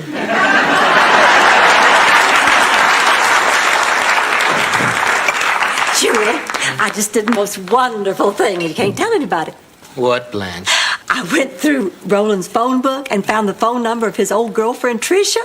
I sent her a ticket. She'll be here soon. Isn't that wonderful? Yes, it is. By the way, you must promise never to do anything wonderful for me, okay? So, Roland, how was your lunch with Joanne? Oh, it was great. Incredible. This girl is great. Really? Yeah. Yeah, I just didn't think she was quite right for you. Of course, I don't know any of the other women you've gone out with, but is there anyone you just can't seem to forget? Well, only one, actually. Tricia. Tricia? Yeah. God, what a miserable experience that was. Why? Well, wasn't she pretty? Oh, yeah, she was beautiful, but she just suffocated me. I mean, she was so possessive and clingy. She always had to have her hands on me. And, she had this game called Mr. Walking Fingers. I can't talk about this, Blanche. Roland, maybe she just loved you. No, she didn't love me. She loved me. She loved the widow Roland. Oh, God, what a nightmare. How'd you get rid of her? I told the widow why. Roland, I need to talk to you now. I'm on the phone. Yeah. Yeah, Joanne, I had a great time at lunch, too. It'll just take a minute. Uh-huh. Well, I'm gonna look forward to that. Okay, I'll talk to you there. Bye. Boy, this girl is terrific. Yeah, I have to tell you something. Yeah, I know. I was upset before when you guys tried to set me up, but Joanne is great. Well, love is my field of expertise. Man, for the first time in a long time, my life is finally coming together. Hello, Wava. Guess who? Please, God, tell me it's Elmer Fudd.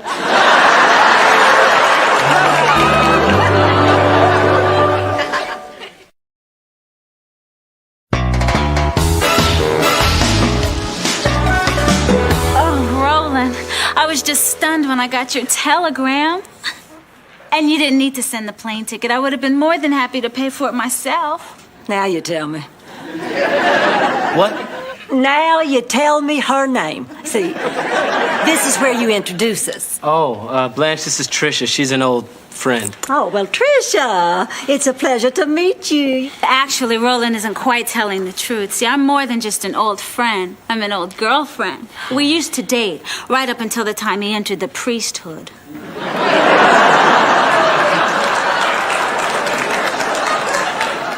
Priesthood? Yes, Tricia was the last girl I dated before I tried my hand at priesting. Well, thanks for stopping by. There you go again with those funny phrases of yours. Well, why don't we just give you the key to 301? Oh, thanks. I love you. Take care. I'll be thinking of you. Okay. Will you be thinking of me? Oh, yeah.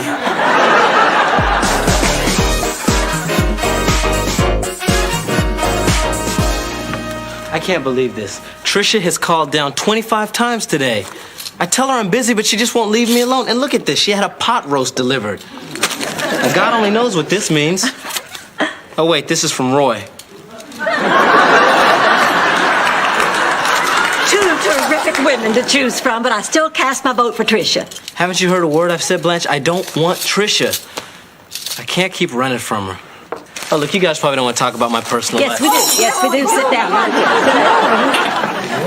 Sort of like bleeding in the Shark Tank, man. Look, I know what you guys do. You eat your cheesecake and you tell your stories, but who's gonna have a story about being madly pursued? I do. Swim, man, swim for your life. Why don't I begin? Because we hate that southern crap. The moonshine, the mosquitoes, the inbreeding. Please, I get pregnant just listening to that stuff. Would you prefer to sit here and listen to Rose ramble on about tap dancing chickens?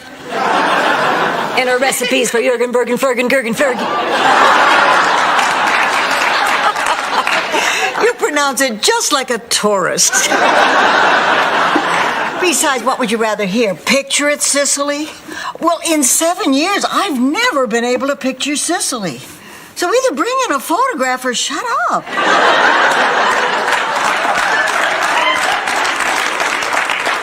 Look, you guys, I really shouldn't have brought this up, okay? It's my problem. I'll deal with it. Oh, okay, I'll skip the story. Although you should know that mine resulted in a bare-chested brawl and involved a man named Jerry Lee Lewis. Mine had Enzo Ferrari. Mayor McCheese. Can I just ask you a simple question? Why'd you lie to her? Come on, Blanche, you've met her? I mean, she just cares about me so much I didn't think that she could take the rejection. I'm just gonna have to figure out some way to get rid of her, but this is my problem. I'll deal with it. But, thanks for talking, for being friends. I just wish I knew what sick, twisted mind could concoct such a hurtful scheme. Maybe one of your friends could help you. Roland, there's something I want to say, friend. Well, what is it, pal? I'm the one who sent for her, buddy. You did what? Dead woman? Yeah, I sent for Tricia. I guess I just got competitive with Rose and I Lost! You lost and I won! I kicked your rump. That's enough, you chucklehead. I just wanted to make you happy. How, by reuniting me with a woman that I can't stand? Yeah, I know it doesn't look very good right now, but see, love is my field of expertise. Yeah, well, as far as I'm concerned, Blanche, you really crossed the line this time.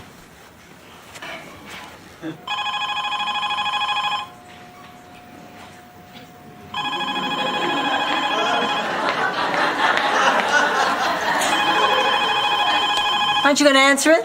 What? The phone's ringing. I know the phone's ringing. It's been ringing all day, Blanche. I'm not deaf. Yeah, I'm not deaf either. Golden Palace, certainly. For how many nights would that be? Sophia, the phone stopped ringing. Suppose this will go down on my permanent record. Look, that was Tricia's room, Blanche, and I just can't talk to her. And you know what? I shouldn't be talking to you either. Roland, I know you're upset, but we can't afford to lose business. Now, if you're not going to get the phone, then let Sophia get it. Golden Palace. No ring that time either, Sophia. A little joke to relieve the tension. Well, here you are. Meet me at the airport. What a joker. So, what do you want to do today? I can't do anything today. I've got to work, Tricia. Well, baby, I thought you wanted to see me. I mean, isn't that why you sent for me? You just don't get it, do you? Get it? What do you mean, get it? No, I don't get it. I'm not getting it either. Let it ring. Look, we need to talk. Let's just go in the other room, okay? Roland. What are you going to tell her? Well, any suggestions? Oh, no, wait. You've gone way too far out of your way to help me already. Well, why don't you just tell her the truth? She's not a child. I can't. It'll hurt her too much. Well, it'll hurt her either way. I mean, just be honest. Deep down, everybody wants to hear the truth. She'll thank you for it later. You didn't thank me when I told you you looked like a cheese blintz in a wig.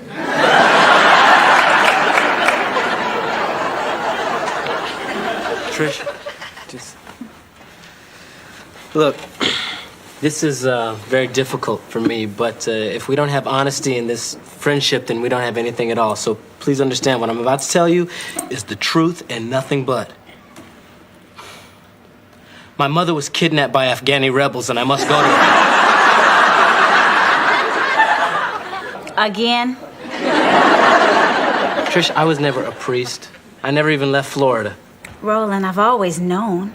I knew you were lying when you came up with that ridiculous story. Which one? All of them. I'm not an idiot. Then why did you even waste your time coming back down here? Because When I got your telegram, I thought you wanted to see me. And I wanted to take one more shot at making this work. There's so many good things we had. So many good times we had together. Remember? Mr. Walking Fingers climbing up rolling mountains. Stop it! Stop it! No. Look, you stop it. Trish, I didn't send you that telegram. Blanche did. I'm sorry. I don't love you. You don't love me. No, I don't. Can I ask why? Well, there's never just one reason why somebody doesn't love somebody, but if I had to pick one, I guess it's because you suffocate me. I do.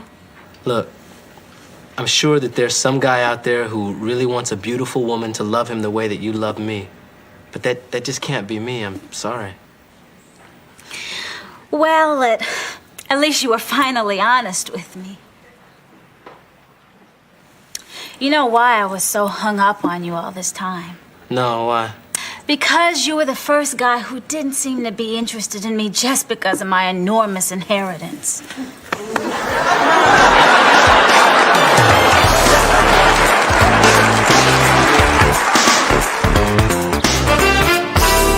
Chewy, how did the TV taping go?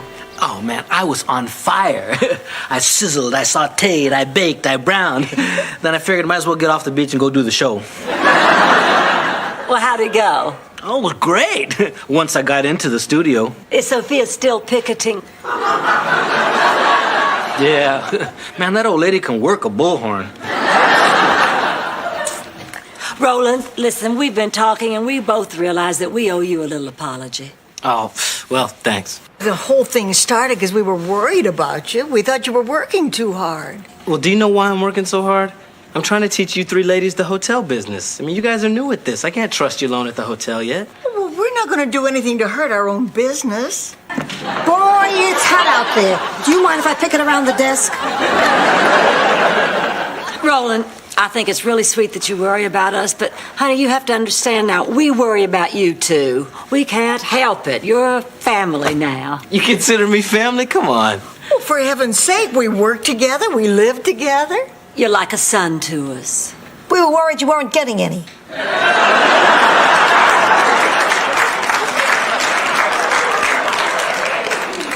Well, I'm really fond of you guys too, but in the future, please don't go messing around in my love life. I mean, I'm capable of handling that myself. You know, this matchmaking thing, it just does not work. Ready to go to lunch, Roll? Okay, this time you got lucky. So Roland's going out with Joanne, huh? I'd say our score is Chuckleheads 1, Tramps nothing. Hey, are you guys sure you're gonna be okay here without me? Go ahead. We're capable of running this hotel. Golden Palace.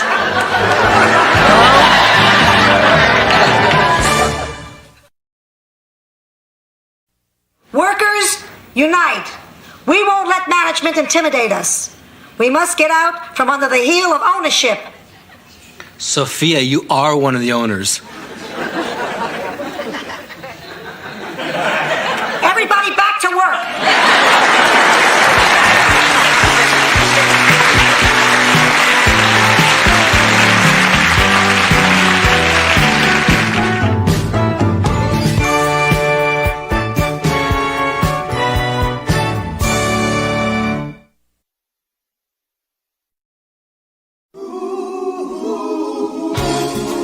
Thank you for being a friend.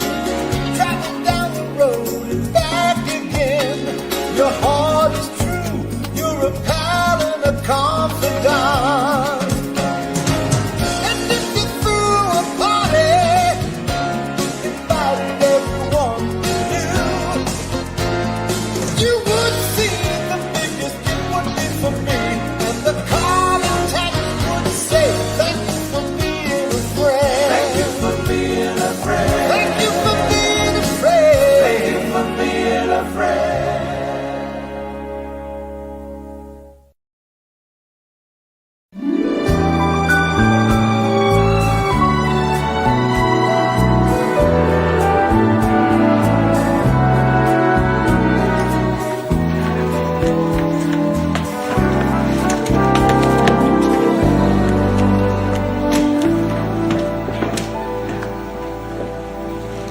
I understand, Miles. Do the best you can, huh? Bye. Miles didn't cancel your date again, did he? Well, he said he might be able to stop by. He has another meeting. I mean, I understand things come up, but tonight was going to be so romantic. I got candles. I shaved my legs above the knee. I even bought a new teddy. Victoria's Secret? Toys R Us.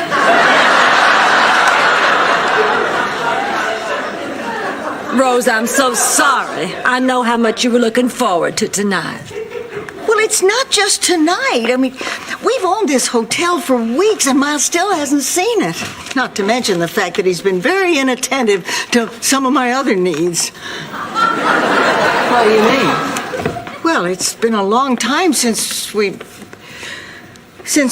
played cards. Really? How long has it been since you played cards? Almost 3 months. If I don't get my deck shuffled soon... Are you guys talking about sex again? No, we're talking about cards, playing cards. Haven't you ever played cards before? I only really like to play solitaire.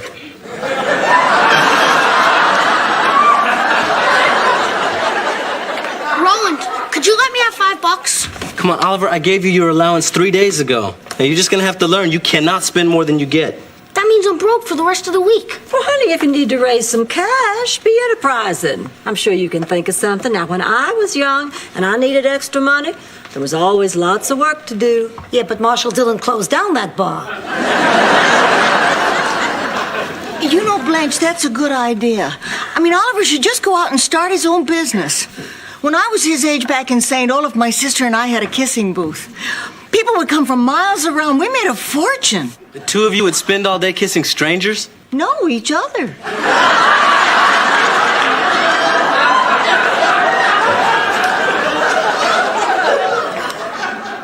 Rose, who would pay to see that? Old men in raincoats, mostly. Okay, Blanche, these are the guest registers dating back to 1985. Now, if you want some more, I guess I could go look in the attic and see if we got... Oh, my goodness. What's wrong? This name right here.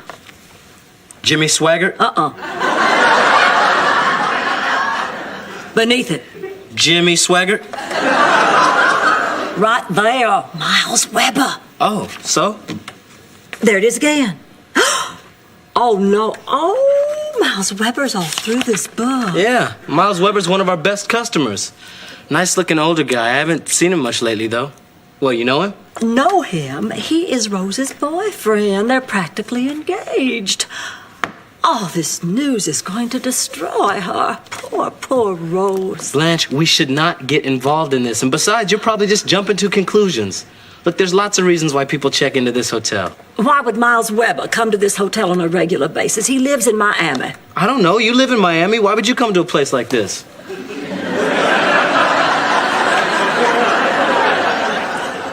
Oh, poor Rose.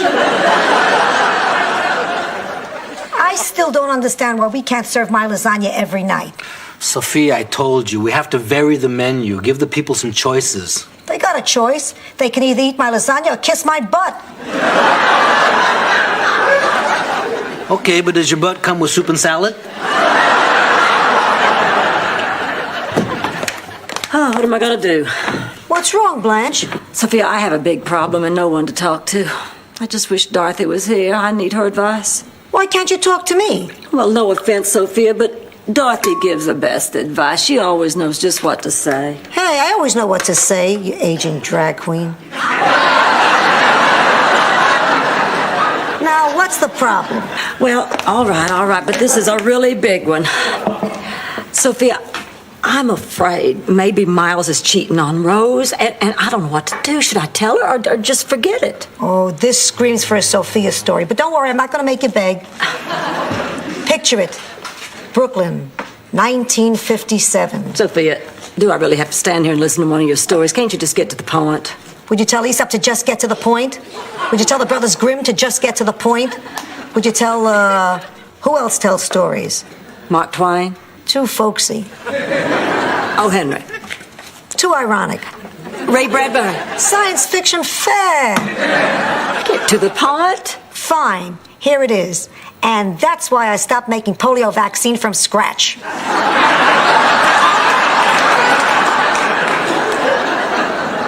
I don't understand. Not my problem. Is get to the point. Well, Blanche, maybe I can be of some assistance. I have a little bit of expertise in the field. You see, somebody cheated on me once. Somebody I loved and trusted. My wife. Well, my ex-wife. Actually, I'd love to say my late ex-wife, but she's still... You get to the point, any point. Okay, well, the point is that I think you should tell Rose, because I wouldn't want her to find out like I found out. How'd you find out? Graffiti.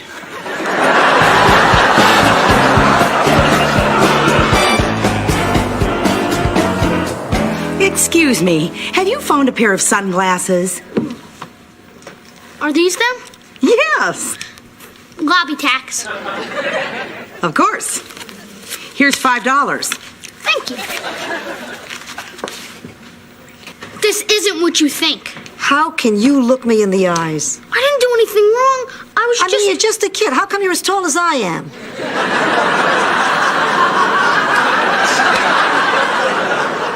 What's going on here? Okay, so I was using the Walston fountain to make a couple of bucks. But I earned it. I was being enterprising. What's the big deal? The big deal is you were doing something called extortion. You're not going to tell Roland, are you? Of course I am. I have to set an example so you know right from wrong. Then again, $5 could make me forget this whole sordid incident. What? To be honest, I'll probably forget anyway. But $5 will seal the deal. But that's blackmail. It's just as bad as extortion. Such a little boy to be using such big words. Cough it up.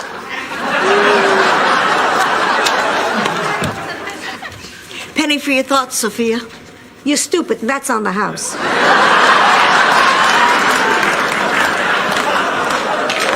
Rose, we have to talk. Oh, no, this is bad news, isn't it? Conversations that start with "we have to talk" always end with bad news. Rose, let's sit down. Oh, my God. First we have to talk, and let's sit down. Somebody died. It's about Miles. Miles is dead? No, Miles is alive. Very much alive. In fact, Rose, I have proof that Miles has been unfaithful to you. What? Today, going through the guest ledgers, I found his name several times. Before we bought this hotel, Miles was a regular on Wednesday nights. Roland has seen him here. Wednesday is the night he plays poker.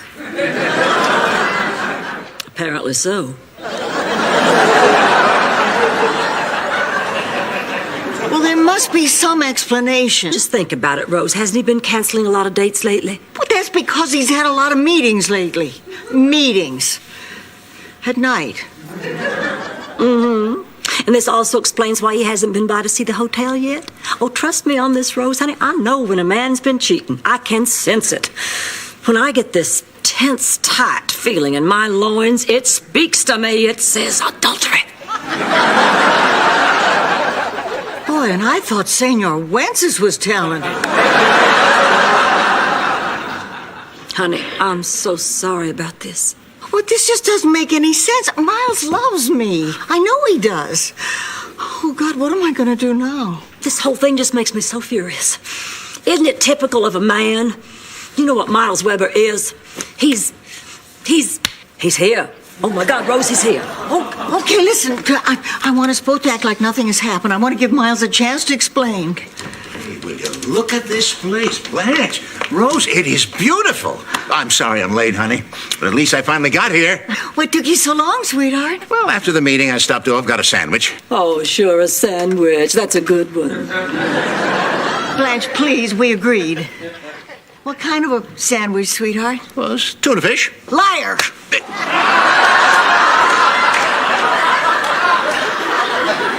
All right, it was a cheeseburger. I just didn't want to hear that cholesterol speech again. Was the the sex better with her? And don't lie to me again. Sex? What are you talking about? She knows you've been cheating on her, Miles. I told her. You did what? It's no use. We know you've been coming to this hotel for a long time with other women. I saw your name in the guest register. It's impossible. I've never been to this hotel before in my life. Hey, what's going on in here? Stop it. Just stop it. I deserve better than this. Yeah, Rose, calm down. You never loved me.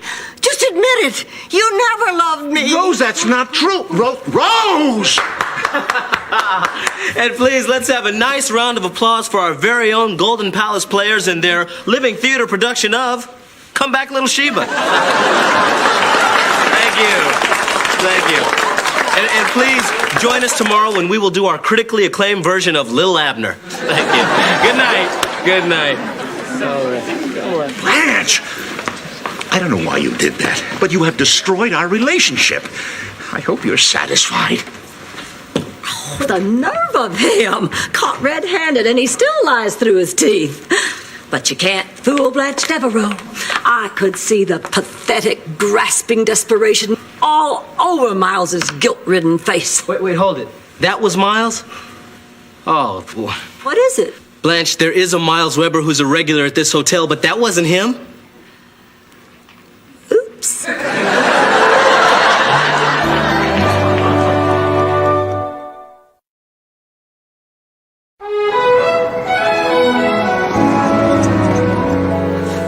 Here, Rose, drink this. Maybe I overreacted. I should have given Miles a chance to explain. Hey, there's no excuse. That guy doesn't deserve a beautiful woman like you. You know what you should do? You should go out and find yourself another boyfriend. You know, it would serve him right if I went out and had an affair with another man. Yeah. A real man. That'd teach him. Boy, if I could lay my hands on some virile, masculine hunk, I'd do it.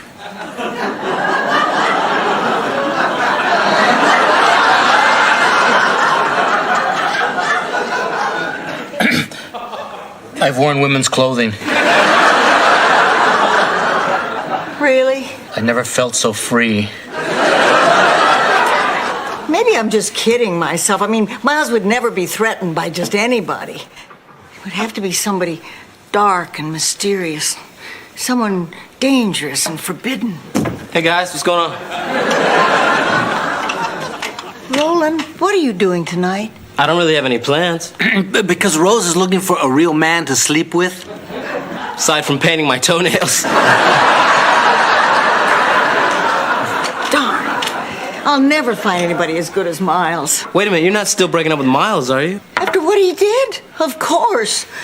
Oh, Roland, promise me when you settle down with a woman, or whoever, that you'll be faithful.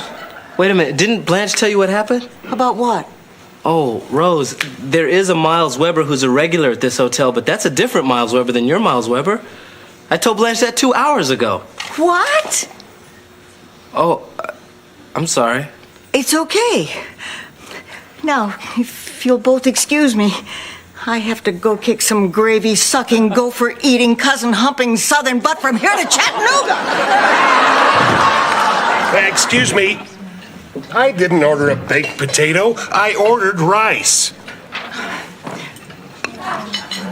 We need rice!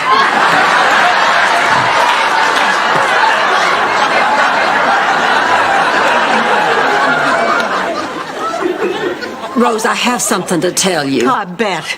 What lies are you going to tell me about Miles this time? How many women he cheated on me with? How many times he did it when I was on vacation? How he liked to cut pictures of Jackie Collins out of old People magazines and sleep with them under his pillow? Well, tell me something I don't know, Blanche. You told her about Miles. You couldn't wait for me to do it. How did I get involved in this? I distinctly remember trying not to get involved in this. Rose, I swear I was only trying to be a good friend. Don't give me that. Why didn't you tell me immediately this was all a misunderstanding? Well, I wanted to, but it was hard for me. I was scared. I was afraid you might get mad at me. I I guess I shouldn't be surprised. Because like always, you were too concerned with Blanche. About what would happen to you. You cared more about that than my relationship with Miles. Some friend. Ladies, please, I don't think we should do You this. stay out of this. You said enough. Well, as far as I'm concerned, our friendship is over. Yes.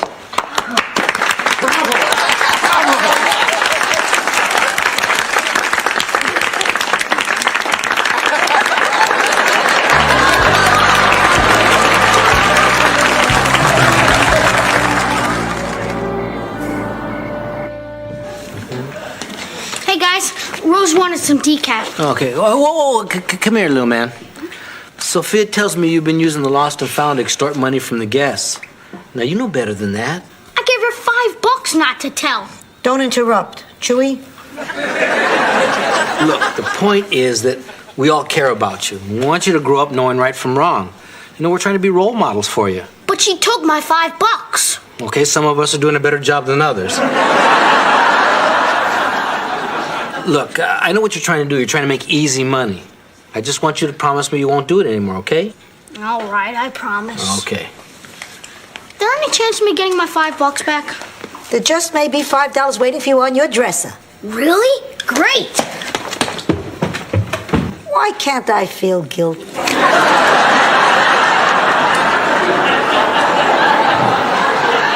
was one of those silly coincidences, that's all. Oh, thank you, sweetheart.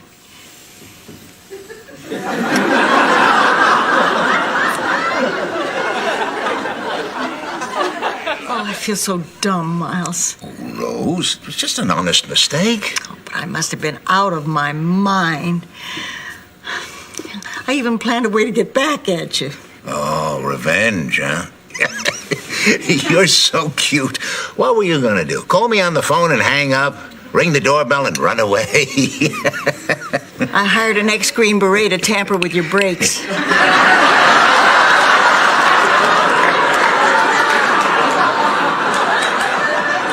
But don't worry, I decided at the last second I couldn't go through with it. You were still my fella. And you will always be... What do you mean, at the last second? Oh, I'm so glad this is all behind us. Now I just have to figure how I can work here without ever talking to Blanche. Well, Rose, I think you're overreacting. And I'm also upset with Sophia. She was a little too eager to give me that Green Beret's phone number. Look, I think you ought to forgive Blanche. Listen, I was upset too. But we're human. We all make mistakes, Rose. Miles, she tried to make me think you were cheating on me. Although I'd have to be a pretty big idiot to believe it. The very idea of you cheating on me. It's really silly when you think of it.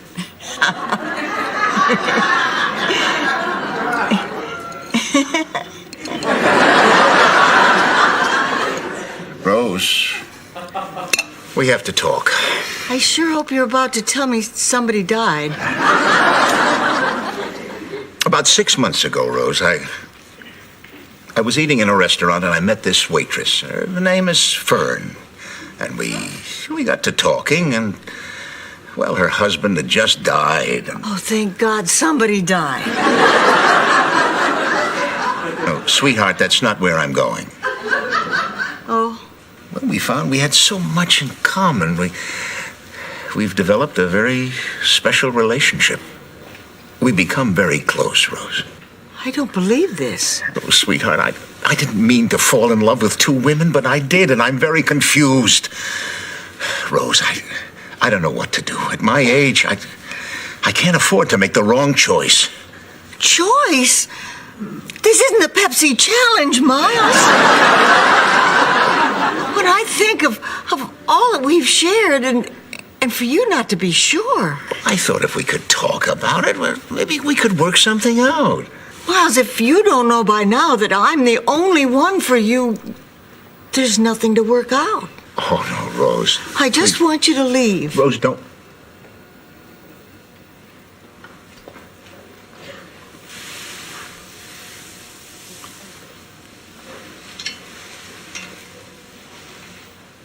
Miles?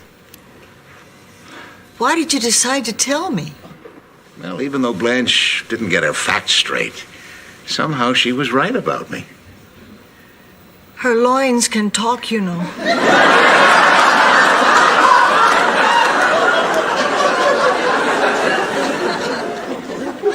That's nice, Rose. But I realized that Blanche is a better friend to you than I am. And I couldn't let you throw that friendship away. Thank you. You think maybe someday...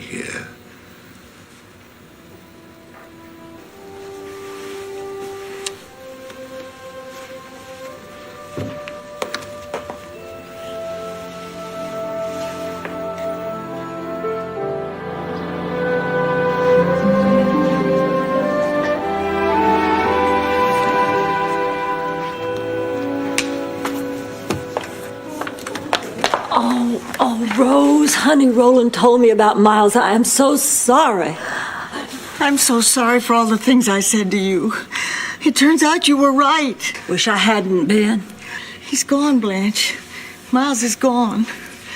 Oh, God, what am I supposed to do now? Well, you could try doing what I always do when a relationship ends. Blanche, I'm not going to get naked and call the fire department.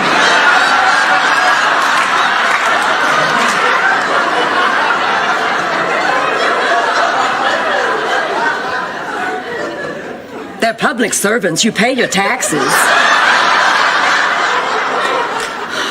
All right. Why don't you just try thinking of this as a new beginning? Oh, Rose, you're very special, and if this didn't work out, it's probably because there's somebody out there even more wonderful just waiting for you. I just thought Miles was the one.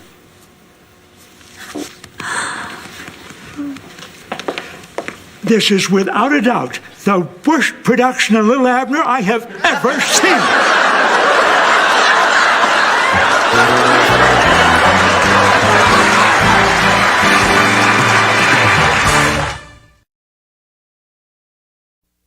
Listen, I'm perfectly capable of driving myself to the store. We've been over this. I take you or you don't go at all. You're not going to treat me this way. I won't let you treat me this way. Rose, shh. So leave me alone. I'm going to the store. Crazy old woman. Crazy old woman. What's going on? I think they're doing Driving Miss Daisy.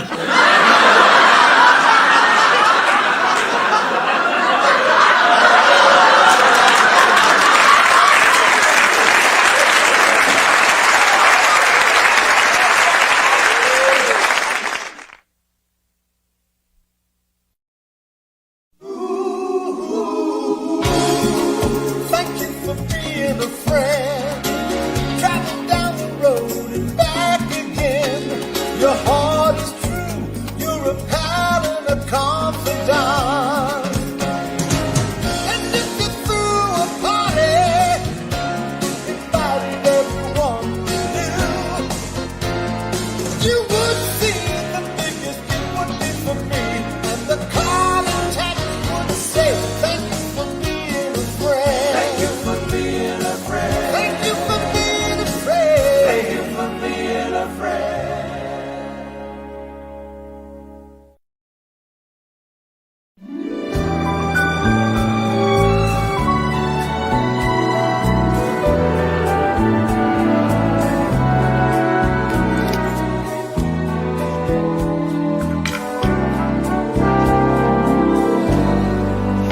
Congratulate me, Sophia. I finally finished that jigsaw puzzle.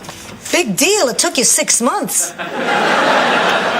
On the box, it said 2 to 4 years.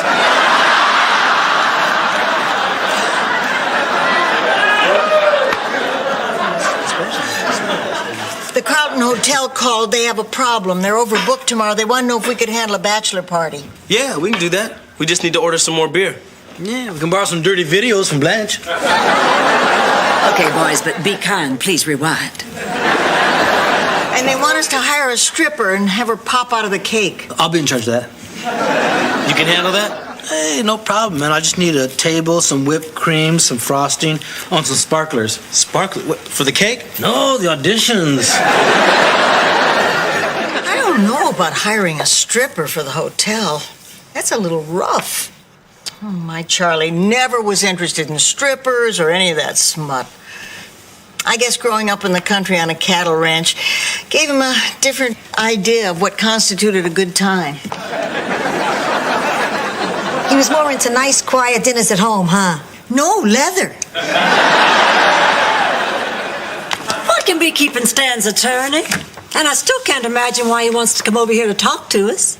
Well, if I know that cheap ex-son-in-law of mine, there's only one thing he could want. What? His toupee back. Hey, if the man wants to take me on a fishing trip, I keep what I catch. Why would he send a lawyer? I owe him a little money. You owe Stan money for what? Neck job. You had your neck done? Yeah, I got tired of people saying, "My, what an unusual scarf."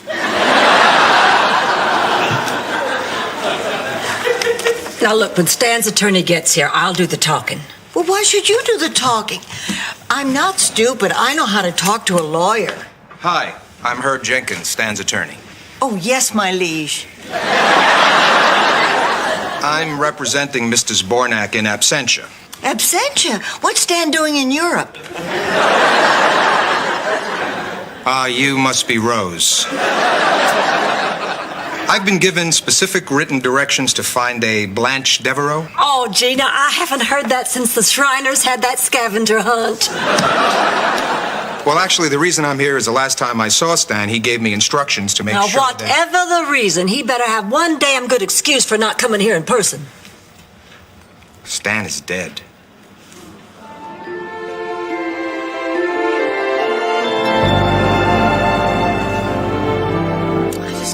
Can't believe Stan is dead. Of a young man like that in the prime of his life. Yeah. Have you ever noticed how as we get older, the prime keeps moving back? I know. My father was just 85 when he died. A baby. I still remember his last words. Oh, honey, what were they? Okay, for the last time, no more screwing around, Rose. Get this thing off me.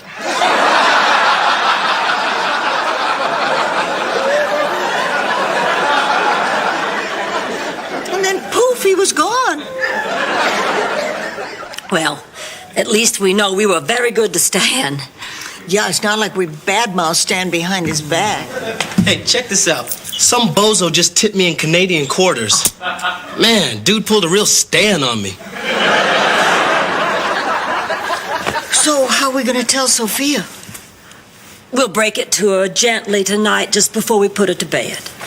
Guess who I just ran into? Not Stan, he's dead. Well,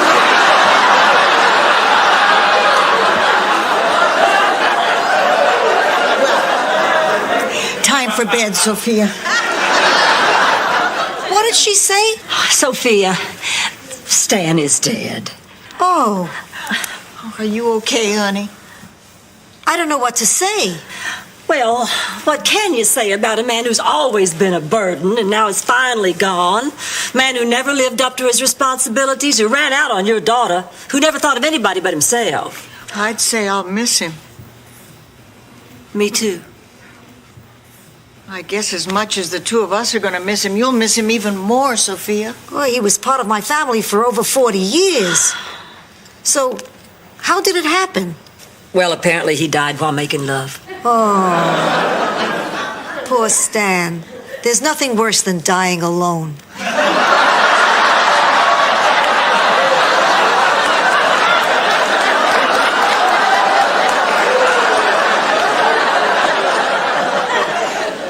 At least we know he went quickly.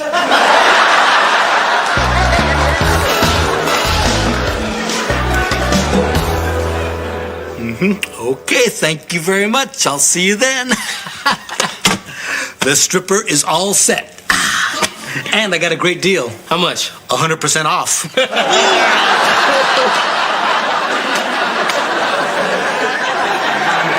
Stripper? No. I've had second thoughts about that. Yeah, I can't stop thinking about her either. Look, I am hardly a prude, but if a man loves a woman, why would he want to spend the night before he gets married looking at someone else? Last gas before the freeway? Well, I think it's wrong. Oh, come on, Rose. Everybody needs a little fantasy now and then to help them get through the day. When I attract a man, it's because of my brains. Now, you see there? Look, Rose, I understand your concerns, but this is a male ritual that's been going on forever. It's not an exploitation of women. Yeah, I mean, what about if I took my clothes off for a bunch of screaming women? What would you call that? Pee-wee's Big Adventure. Don't run. Don't. It's going to be worse if you run.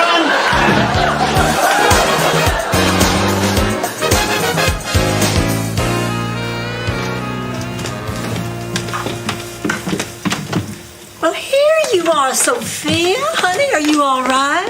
I'm fine. They're picking us up for the funeral in 20 minutes. Now, wasn't that something of Stanley ordering a limousine for us? I mean, and hadn't it put in the will and all? Oh, well, he must have really loved us. Yeah. Gee, I'd love to know what else was in that will. I mean, he must be worth... Oh, $1 million, $1.5 million easy. And he didn't have a friend in the world. Oh, my God, I'm rich. You? What makes you think he left you anything? I was his favorite. Well, he was in love with me for years. Oh, he was not. Oh, he most certainly was. All men are, but bald men especially.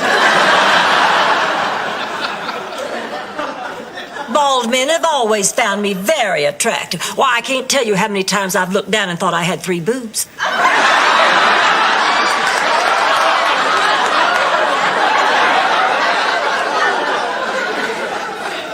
All right, you two, that's enough. We're talking about a man who died here. Sophia's right. I don't care about Stan's will. I just wish he was still here to talk to. Yeah, me too. Well... We better be on our way. Yeah. You coming, Sophia? Give me a minute. All right, we'll be waiting for you, hon. Okay, Lord, this is the deal. Please let Stanley into heaven. Yeah, I know it'll ruin it for everyone else. But the truth is, he deserves it. He's always done his best. Hi, it's me, Stan. Not now, Yutz, I'm praying.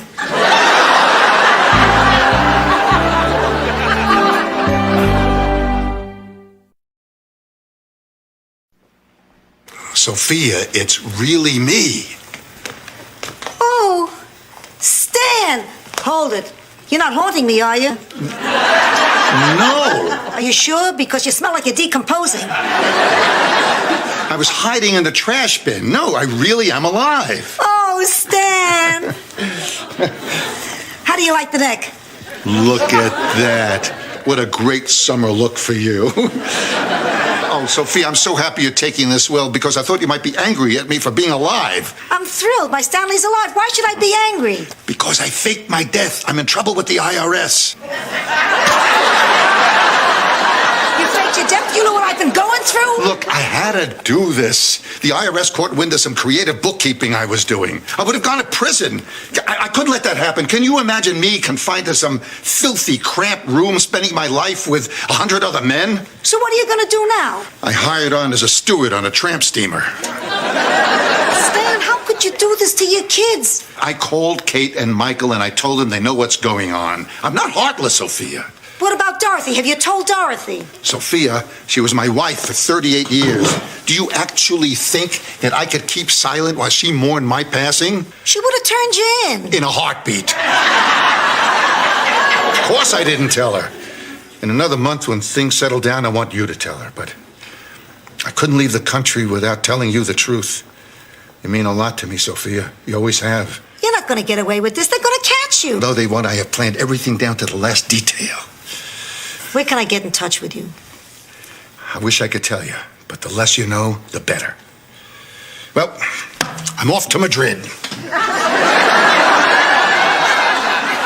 Or Rome, or Paris, or Cairo, but probably not Madrid. Not.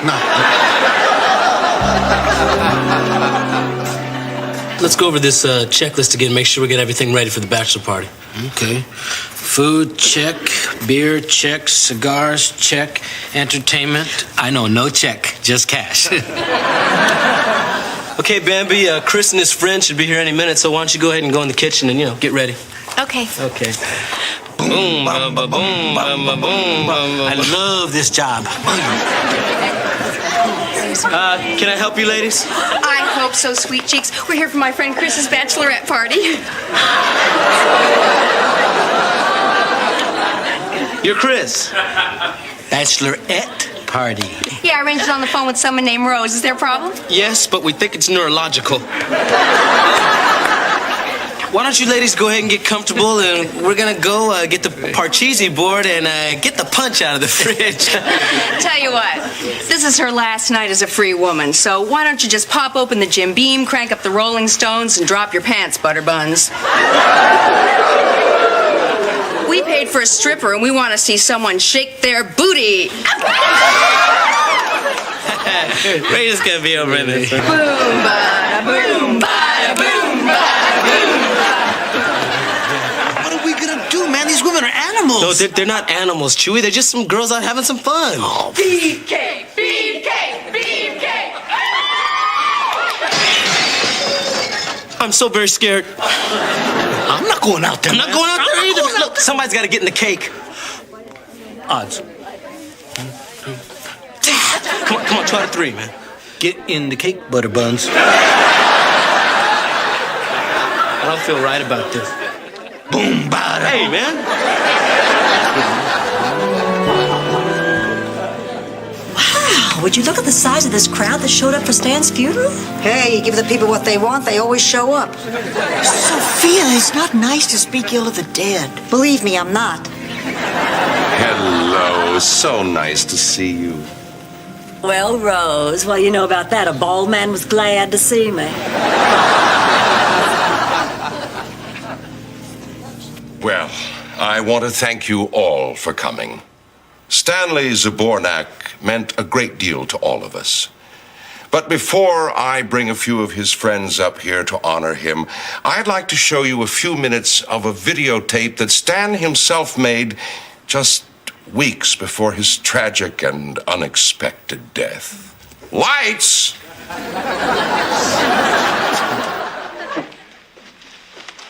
Hi, it's me, Ghost Stan. Boo! No, I'm kidding. It's regular Stan. And this is just a little something I put together to show at my own funeral someday. I want to thank you all for turning out to bid me farewell today, and to honor you, I've written a special poem called What My Friends Mean to Me. My friends sure mean a lot to me. Yes, a lot they mean indeed. Live from Miami, it's the International Bikini Fest, where we'll show you more, or should I say less, of the latest lights. Lights! He taped over it. He taped over his own funeral message. Well, I guess I should screen these before I... Well, we certainly got the gist. And now I'd like to invite some of Stan's closest friends up here to say a few words about him. Attractive, intelligent, sexy. These are just a few of the words Stan used to describe me.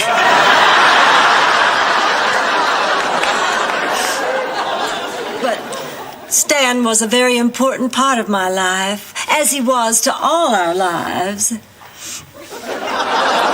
I first met Stan when he was a novelty salesman. And, well, I guess God needed a whoopee cushion laugh, so he decided to squeeze the air out of Stan. Wake up, Flufford, wake up! But she never did. Now, I know a half hour is a long time to spend talking about a dead cat. Oh, but she was really so... Get to it! So, speaking of dead cats, how about this Stanley? What a loss. He was a special man, this Stanley. This marvelous thing called Stanley. Boo! Boo! And now, I have the honor of reading to you his epitaph. The epitaph of a great American. Here lies Stan Zbornak, beloved son, model citizen, caring father, faithful husband. All right, that's it. I can't listen to any more of this. Oh, Mrs. Petrillo, I know you're in pain, but of course it is through pain that healing comes. He's right, Sophia, honey. You're suffering right now, but... I'm not suffering. I'm telling you, Stan is not dead. Oh, of course he's not dead, honey. In our hearts. Yes, so as it is written, he shall live on as love in all of our hearts. He wasn't alive in my heart. He was alive in my kitchen. He spoke to me in my kitchen. As he shall speak to me in the dell and in the village, where the poor and the rich alike. Look, the man smelled from garbage. He said he was going to Madrid. Yea, though the elderly may become feeble and their minds might turn to custard. Let go of me. He's not dead. Sophia, He's get not in hold that of box. yourself. Open the box. Music! So, as a professional, how do you think he's doing? Well, his moves are pretty good. He's focused and he's connected to the audience. If he could just stop crying, I'd give him a 10. Oh, here comes his big finish. Ah, paper cut.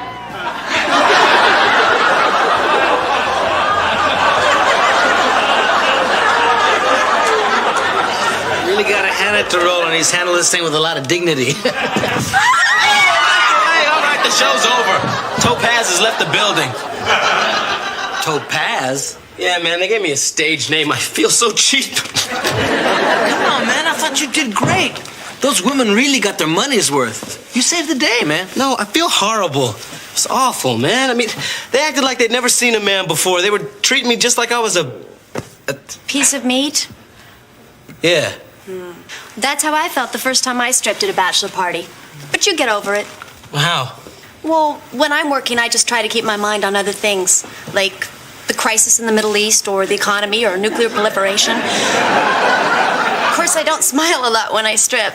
Yeah. You know when I was the most humiliated? When they started stuffing money down my pants.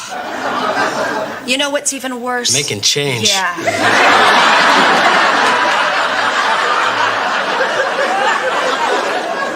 Hey, well, look on the bright side, Roland. I mean, this is the last time you'll ever be humiliated like this. Yeah, lucky me. Well, I guess I should be going. My taxi's probably here by now. Yeah. Hey, Bambi, why don't you let us walk you out? Yeah. Wow, that's really sweet. Thanks. Hey, have you ever done a show before and nobody's tipped you at all? Oh, yeah. Sometimes a whole audience will pull a real Stan on you.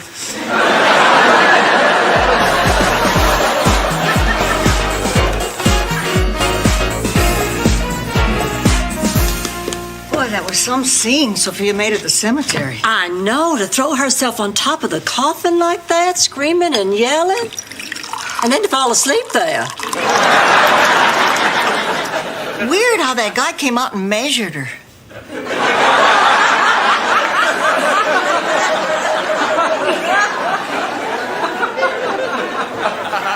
I wonder why Stanley left directions that his will be read the same day as the funeral. I don't know. Boy, he didn't leave us what we thought he would, did he? He didn't leave us anything. And how come he left all his money to some yahoo in Madrid? Who does he know in Madrid? Would you two stop it? The man's just pretending to be dead. I'm the one who should be upset. All he left me in his will is this lousy friendship ring. A friendship ring. And to think I let the man see me naked. He had hiccups.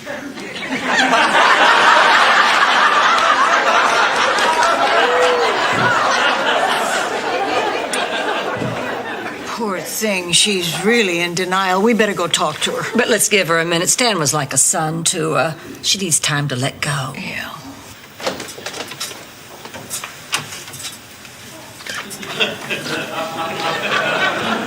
Sophia! Oh, great. The night of the living dead. Will you get out of here? I am. My ship leaves in 45 minutes. I just came to say goodbye. No. I can't believe you're doing this, Stan. Do you know the pain you put everyone through today? I'm not gonna go to jail, Sophia. Maybe they won't put you in prison. Maybe you can work something out. Maybe... Why should I take that chance? Because I love you. You love me? Yes, you're a pathetic man, but I love you.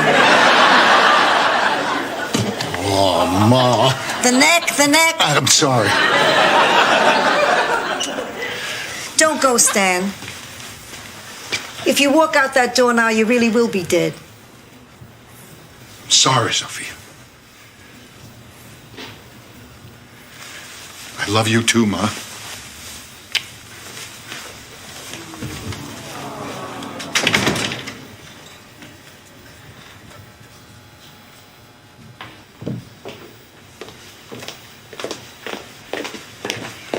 It's gonna be all right, sweetheart. It's okay. It's okay.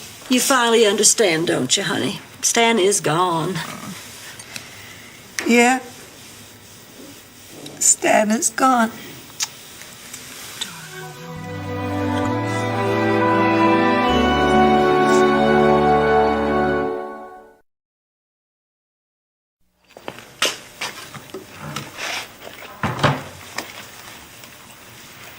Well today, and to honor you, I've written a special poem called What a yutz. Live from Miami, it's the International Bikini Fest.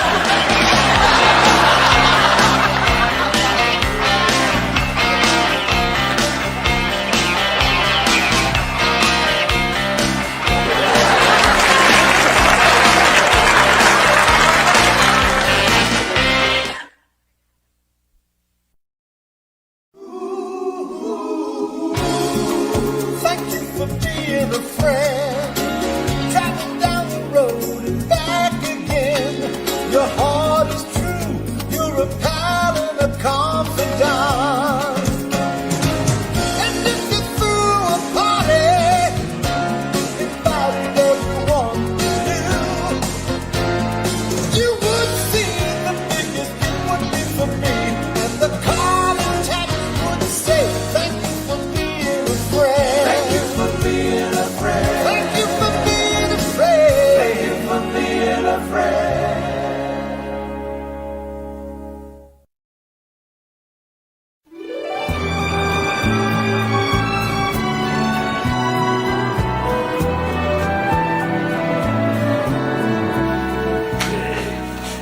Okay, you guys ready?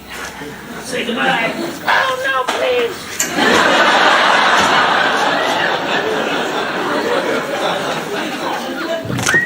Now chew it. Remember, everything's got to be just right today. A very important group is checking in. The daughters of the traditional South. And I want dinner to be perfect. What do you want me to do? Cook a possum or something?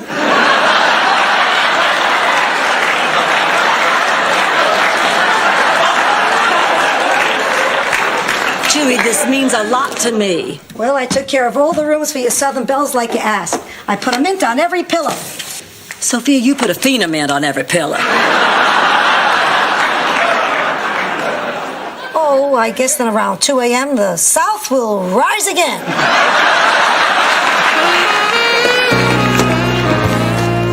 Hi, Oliver. Did you finish your homework? Are we gonna do this every day? I finished my science. I'll do my math later. Maybe I better look at your science just to be sure it's all right. Fine. It's on the electromagnetic pull of astral black holes and their effect on ultraviolet rays. Well, this looks fine. Hi, reservation for Smith. Would you sign here, please? Blanche, do you see that couple over there? Don't look. What about them? Oh, come on. Don't tell me you don't see. Don't look. What about them, Rose? He told me his name was Smith, and I know it isn't. Now, do you know what that means? Yeah, that room's going to be available again in a couple of hours. Here you go, Mr. Smith, room 207. Why did you do that, Blanche? I used to work with that man's wife. I've seen him at Christmas parties. Oh, thank God he didn't recognize me without my elf costume. Aren't you glad we decided you shouldn't wear your elf costume here? There was nothing to decide. Didn't make much sense to wear it after you cut the bells off. The point is, there is sin going on in our hotel. Rose, I'm sorry, but that is one glass house I really don't feel qualified to throw stones at. But it's wrong. What's wrong? Oh, Rose is on a snit because some guy is shacked up in 207. I know his wife. It's wrong. Well, wait a minute, Rose. We're in the hotel business. Now, it's not up to us to make moral judgments about the people staying in the hotel. Daughters of the traditional South? Those bigots in bonnets aren't staying in this hotel.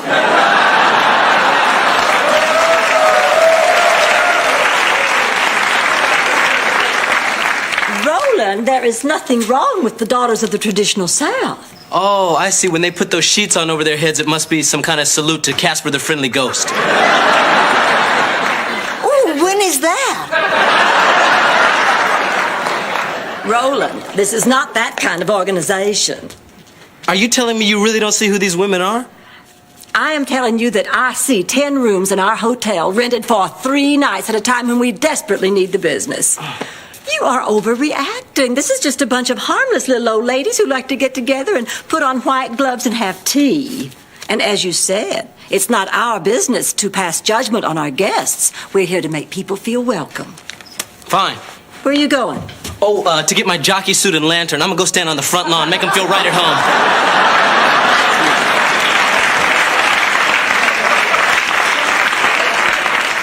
Well, this just doesn't seem fair. Rose. How come he gets to dress up and I don't?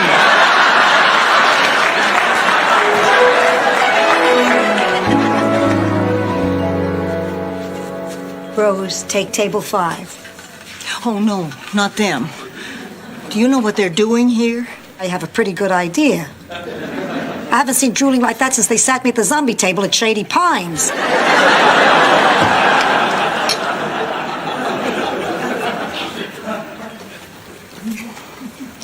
Good evening, sir. And how is your wife tonight?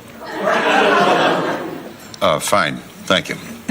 All right, what'll you have? Gee, I'm not sure yet. Honey, should we have some wine while we decide? Sure. What do you suggest? I have a lovely Chardonnay that might be nice before you burn in hell for the rest of your lives.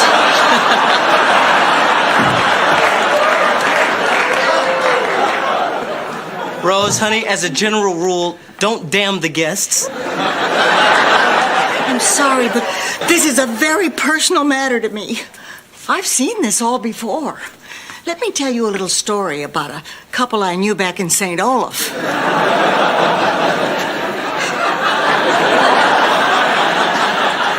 He was strong and she was docile, almost contented, you might say. And they were married in a pasture where they used to graze. It was a lovely Wait. Graze? Oh, yes, they were cows. But anyway, a few moments after the ceremony ended, when they were leading the bride back to the barn to cut her out of her dress, the unspeakable happened. The unspeakable? Yes. Yes, another cow, Floozy. A shameless, painted cow who'd let anybody milk her. Well, she began to make eyes at Tim. Tim? Who's Tim? The bull. Roland, stay with me on this. Anyway, all I know is that wedding ring wasn't in Tim's nose 5 minutes before he caught Floozy's eye. Oh, sure, we all turned our backs and tried to pretend we couldn't hear what was going on, but how can you not hear the cowbells? Oh, those bells. Those awful, awful bells. I can still hear them clanging. Not so cute when she's telling the cow story, is she? The point is, I can still remember the look on Bessie's face when she found out about Tim, and I don't want to put anybody through that ever again. Rose, I have a suggestion. You have to learn to keep your feelings about the hotel guests to yourself. No, I'm sorry, but I don't see any difference in my thinking this thing with the Smiths is wrong and you thinking Blanche letting the daughters of the traditional South stay here is wrong. Wait a minute. Are you kidding me? Are you kidding me? You are equating two people fooling around, having a good time, with someone showing complete disregard for an entire race of people. Blanche isn't like that. You don't know her. Sure, she may come from the old South, but she's a very modern thinker. And I wish I was in Dixie, away, away. In Dixieland, I take my stand to live and die in Dixie, away, away, away, down,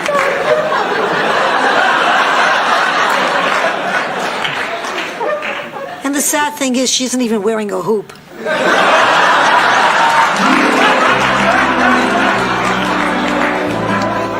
Oh, wait up. You're not hanging that flag in here. Well, of course I am. Blanche, do you know what this flag represents? This flag belonged to Big Granddaddy Hollingsworth.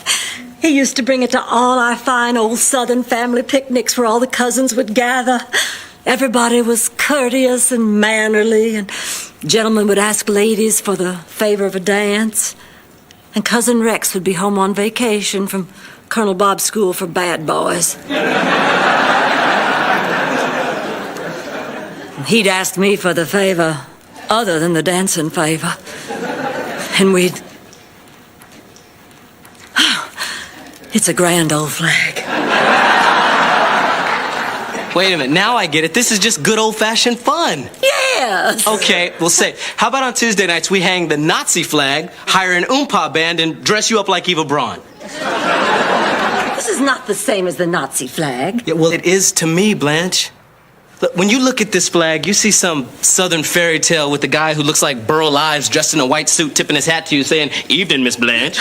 Evening. Oh, I'm sorry, Roland. You were making a point. That's not funny, Blanche. Well, that's ancient history, and you know it. Things aren't like that anymore. Uh-oh, here they come. So, are we going to check them in? Can we afford not to? After they're checked in, Blanche, I want this flag to come down. Well, welcome, ladies, to the Golden Palace. Please don't eat the mince.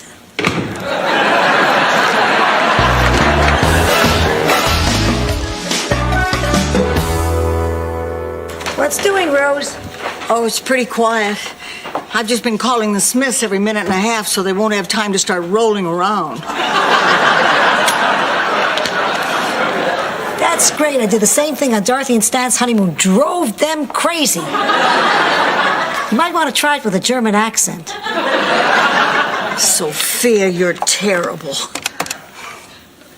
Achtung!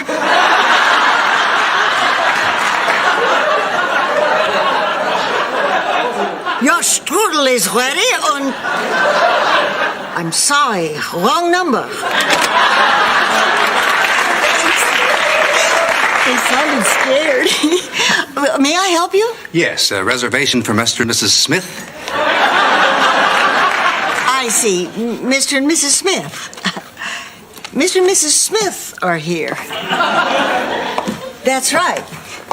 Mr. Old enough to be her father, Smith. And the lovely Mrs. This sure beats doing it on the floor at the office, Smith. First of all, you can kiss Employee of the Month goodbye. Again? Look, Rose, I know these people. They're regular customers. They really are the Smiths. Oh, my gosh. Achtung! I'm an exchange student. Wait a minute, why is that flag still there? I guess Blanche didn't get to it yet. Oh, I see. Hey, what are you doing? I don't want this here, Blanche. Well, I swear, if you're not making such a thing. You know, I remember once when Big Granddaddy Hollingsworth took... Look, just stop it. This flag, Mrs. Devereaux, is not about college football games or quilting bees or fried chicken on Sunday. It's about colleges that won't let me in. It's about companies that won't hire me. It is about crosses being burnt on people's lawns today. Not in the evil past, Blanche, today. And not just in the South, all over. The North is just as bad. Damn Yankees.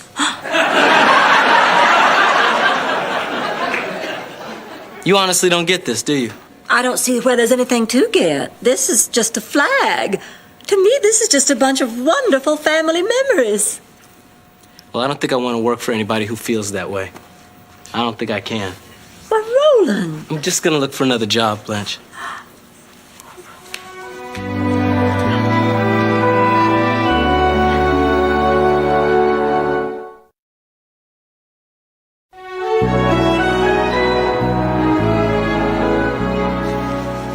Chewy, what's this on tomorrow's lunch menu? Sausage on split bread? That's a hot dog. Who's gonna want that? Hey, let me tell you something. I have seen people, lots of people, like thousands of people line up for a little piece of sausage. And they do it because it's the only food available. And they suffer in silence as they inch up towards the head of the line with the rain beating down on them. So don't tell me I don't know what people want.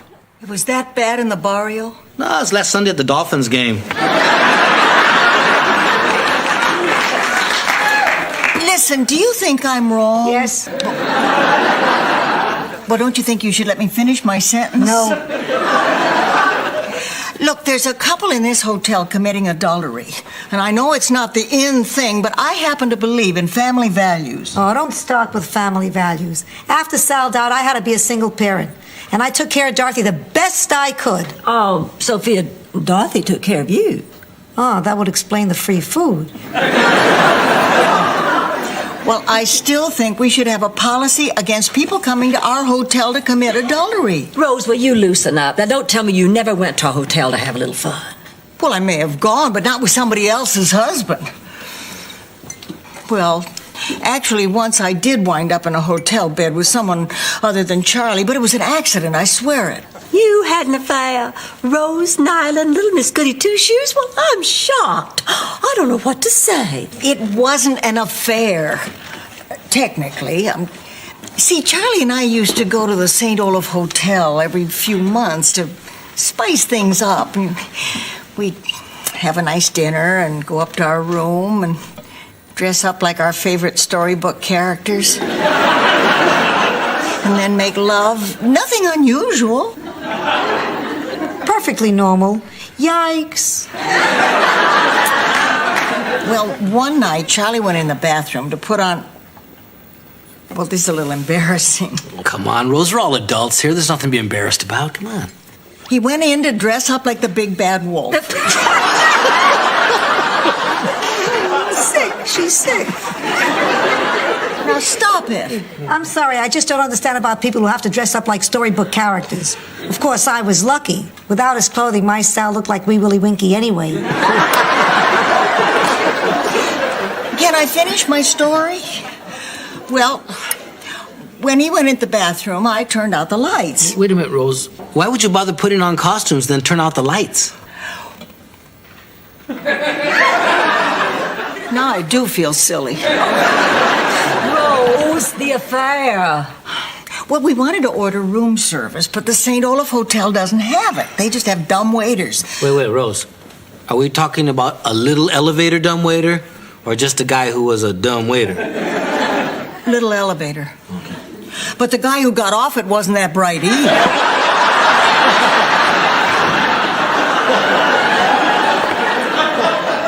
I mean, he saw me in bed and he crawled in. Well, I thought it was Charlie. So I said, "Grandma, what big eyes you have." And he said, "The better to see you with, my dear." And then I said, "Grandma, what big teeth you have." And he said, "The better to nibble you with, my dear." And then Charlie came out of the bathroom and he said, "Who's that sleeping in my bed?" I was so confused. I'll bet. Well, there I was in my Red Riding Hood outfit, and Charlie's looking for Goldilocks. Uh-huh. I guess Charlie was confused, too, because he huffed and he puffed and he actually hyperventilated and passed out. Don't take me now, Lord. Don't let this be the last story I ever hear.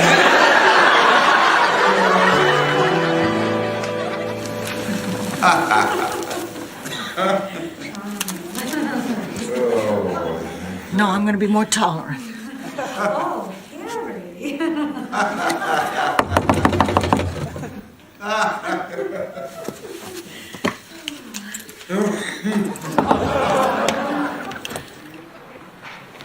Please, wait, I'm sorry. It won't happen again. We're checking out at 207. Was something wrong? Yeah, this woman's what's wrong. Rose, what'd you do? Nothing. She completely invaded our privacy. Oh, come on. It's not like I got in bed with him. Okay, so I got in bed with him. She started singing hymns. She started babbling something about hearing cowbells ring. You know, this used to be a nice little discreet hotel. What are you turning it into? We're doing the best we can. You shouldn't have her here. And you shouldn't cheat on your wife. My wife is none of your business. It so happens this woman and I have a very special, meaningful relationship. I won't have you cheapen it. Let's go. Arlene. Arlene. How could you? I'm sorry. Rose, we're barely making ends meet. We cannot afford to offend any guests. I said I'm sorry. You did the right thing, Rose. I did? I did the right thing. I did? Yeah. Sometimes what you believe is more important than business. Although what some people believe is unbelievable. Now, Roland, I am not some kind of bigot because I love this flag and I resent that implication. You just stop that right now. Oh, yes, ma'am, Miss Devereaux. Old Roland don't want to cause you no trouble at all. You hold on to that one. He's a good one. What did you say? He's a good one. Roland, wait. Hey, Roland, I don't feel like that woman in there. I don't feel that way at all. But can't you see, Blanche, that flag ties what you believe and what she believes together. Look, I'm telling you, the legacy of that flag is alive every time I walk down the street with a group of my friends and I see a white person cross over to the other side because they're afraid. Or look, when I'm in the elevator with somebody like you and you're all huddled over in the corner wondering what I'm gonna do, sometimes I just want to go, oh. Just to break the tension. So please don't tell me about that flag. I've battled that flag all my life. Look, Roland, I'm sorry. I am sorry for everything you have been through, but what am I supposed to do? What am I supposed to think about all my family, all my friends? All right, when I was in school, maybe I was a little less sensitive than I could have been. But I was just doing what all my friends were doing. They were my friends, and we were just acting like everybody we knew acted. Oh. And then when I had my first baby, well, the hospital was packed, and I had to share a room with a young black woman. George made a big stink about the accommodation. She had to have heard him. And I know her baby was every bit as cute as mine. Cuter, in fact. Rebecca was an ugly baby. Turned out fine. Ugly baby. You can get an idea of how she looked if you catch Sophia some morning with her teeth out. The point is, what am I supposed to do and think about my family now? What am I supposed to think about all those people I love? What am I supposed to think about me? Everything I grew up believing in, all my wonderful memories, they're all tarnished now by... Oh, God. By the truth. I owe you an apology. No, you don't owe me that. Will you stay? Blanche, you really have to start listening to me when I tell you something is bothering me. And I'll try to understand why some of these things mean so much to you. Look, the whole world is messed up right now, and I would like to see that get better, but in order for that to happen, white people are gonna have to start making positive assumptions when they see people of color. And people of color could make positive assumptions when they see white people. Man, things are just messed up. Blanche, look, let's just try and get rid of all the barriers and just trust each other, okay?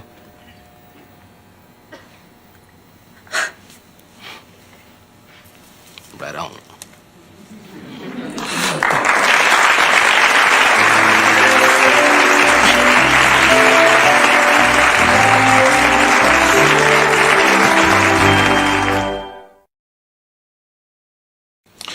Reservations for Smith. Oh, really? Is there a Mrs. Smith? Har, har. No, but there's Mr. Jones. Oh. Well, that's a relief.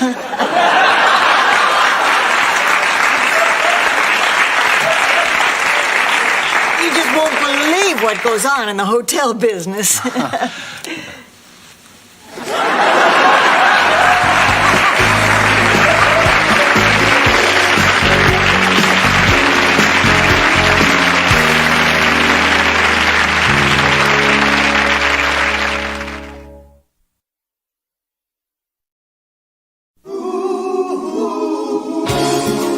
Thank you for being a friend.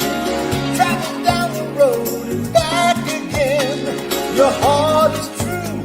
You're a pal and a confidant. And if you threw a party, invited everyone you knew, you would see the biggest it would be for me. And the call and text would say, thank you for being a friend. Thank you for being a friend. Thank you for being a friend. Thank you for being a friend.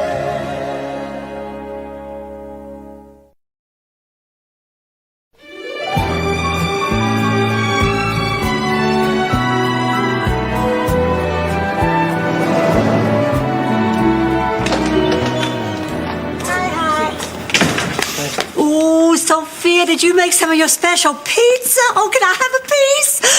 Goody. Someday soon I'm gonna die. Okay, where's the Parmesan? Hey, Blanche, how was your trip to Chattanooga? Wonderful, as always. Is there anything that you'd like to tell us about your trip? Like, what you saw, who you did? I saw my special gentleman friend. We had a lovely time, and that's all you need to know. And Blanche, Rose, why won't she tell us who she goes to visit in Chattanooga? Give it up, Roland. You're never going to find out that secret. She's been going there ever since I've known her, and she won't even tell me who she sees there. Hey, I'll tell you a secret I want to find out. What does Sophia put in this pizza, man? It's addictive. I haven't tasted anything this good since those brownies I used to make.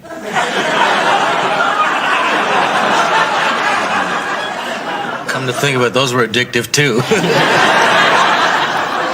Anyways, man, this pizza's fantastic, you know? And I'd be willing to bet there's a lot of people who think the same way I do. What are you talking about? Look, me and you were always talking about how there's not a good pizza place around here. Well, we could make a fortune with this. Yeah, but it's not our recipe. Don't you think she would give it to us?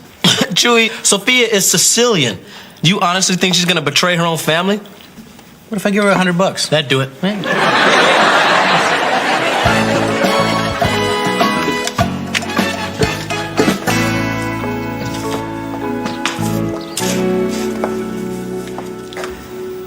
May I help you? Excuse me, may I help you? Is this Miami? Well, if it isn't, my mail's been going to the wrong place. Yes, it's Miami. I just came from Chattanooga. I'm looking for Blanche. Oh, well, Blanche is... Did you say Chattanooga? Tad? Blanche! Tad, what are you doing here? I came to visit you. You said so much about the hotel. I wanted to see it. How'd you get here? A nice man drove me in a big yellow car. A big yellow... Oh, Tad, please tell me you didn't come all the way from Chattanooga in a... Hey, someone here owes me $728. Taxi. Did I do something wrong? Well, you shouldn't have left Chattanooga without telling me. Come on over here and sit down. Gonna Blanche. get this man some money. I'll be with you in just a moment. Blanche, can I watch cartoons? Yes. Here, watch cartoons, but just keep the volume down low. Blanche, I just want to tell you, I think you're wonderful. What? Well, now I know who your special gentleman friend is.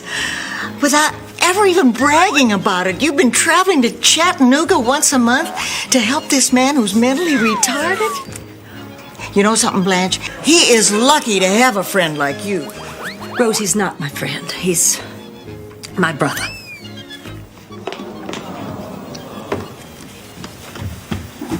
What do you mean he's your brother?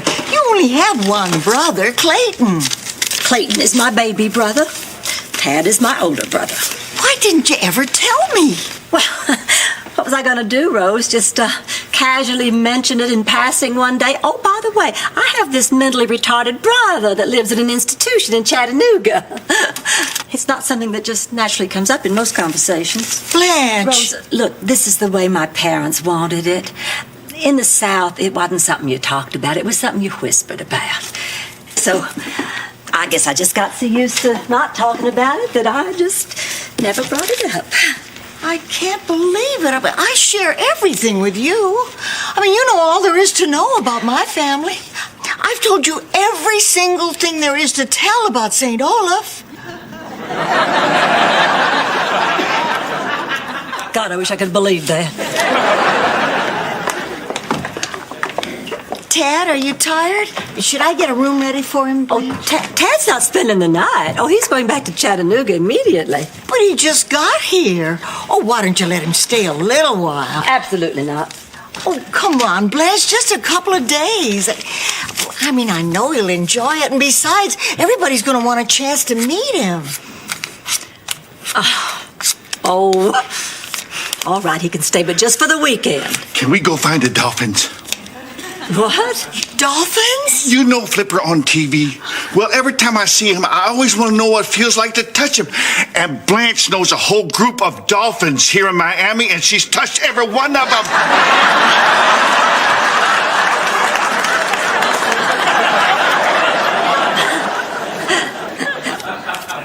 Why don't I just go call Chattanooga and tell him what's going on?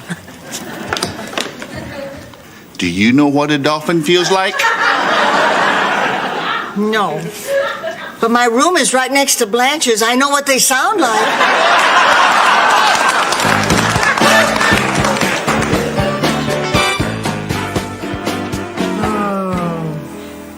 Sophia, are you okay? You seem a little stressed out lately. I'm 87. I'm playing dodgeball with death. It makes me a little edgy. Think a massage would make you feel a little better? You'd be willing to do that? Oh, it's been so long. Hey, sure, why not? Well, because when you get to be my age, people don't like to touch you. I don't understand why. What's this here? A patch of psoriasis. Work around it.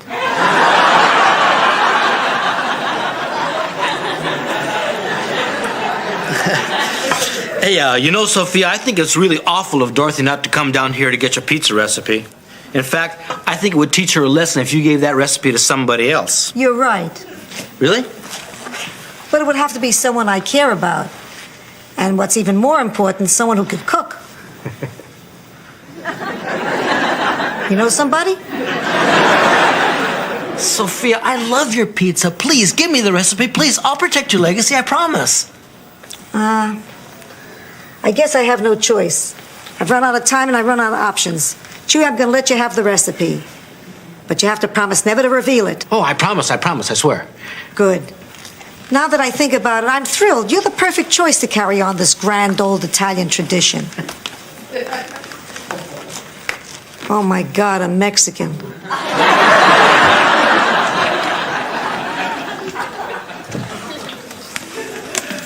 Blanche, did I do something wrong? No, sweetheart, of course not. I just think you'd be happier in here, you know, away from all those guests. Rose, you don't mind if Tad sits here with you for a while? No, not at all. Sit down, Tad. You can help me fold napkins. Now, I want you to sit here till I get back. I don't want you playing hide and seek. I don't want you making any messes. And especially, I don't want you playing with matches, okay? Okay. So, are you having a good time? I guess. Here, honey, you just go like this and then like that, see?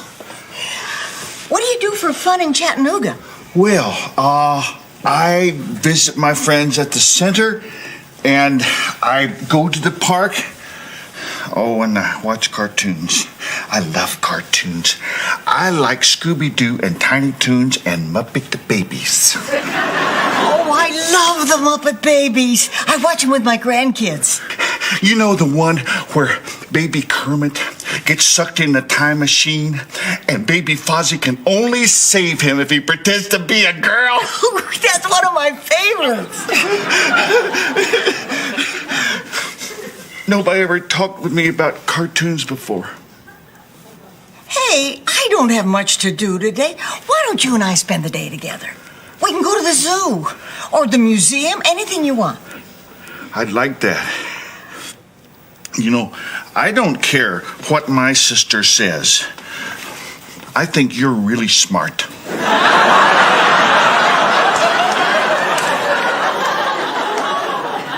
Thank you. I don't care what your sister says either. I think she's in her early 60s. She is. She's my favorite sister. She sends me stuff at Christmas and my birthday. You know, Ted, you're very lucky to have Blanche for a sister. I know.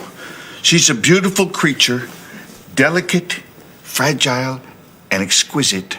The fairest flower in God's garden. She made you memorize that too, didn't she?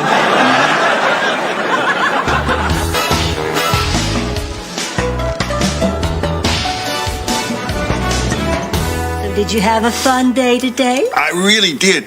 Roland played checkers with me. He's funny. Mm-hmm. And Sophia made me spaghetti. Mm-hmm. And you know, Chewy taught me how to make funny noises under my arm. He did? Yeah. I worry about him. But most of the day, I was with Rose. We walked on the beach and we found seashells, and she brought me ice cream. Mm-hmm. Blanche. Yes, sweetheart. Can I tell you a secret? Well, yes, honey. You can tell me anything. I'm not going back to Chattanooga. You not? Why not? Because I'm in love with Rose.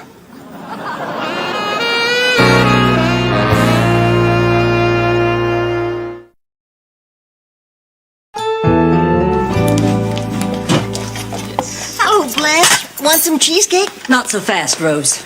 Okay. Hello, Blanche. Want some cheesecake?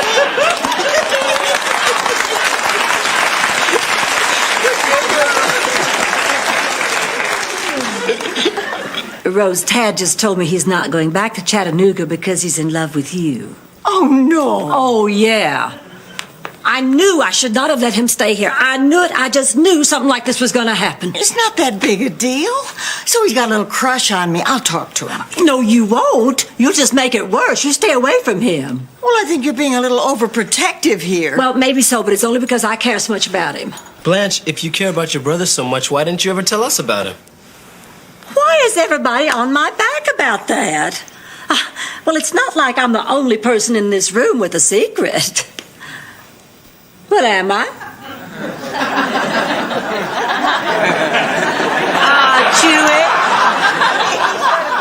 What? Chew it. You just hold it right there. Spill it. Okay, but look, you gotta promise it won't leave this room. Okay, Go ahead, promise. Well, when I was younger, I acted in an X-rated movie.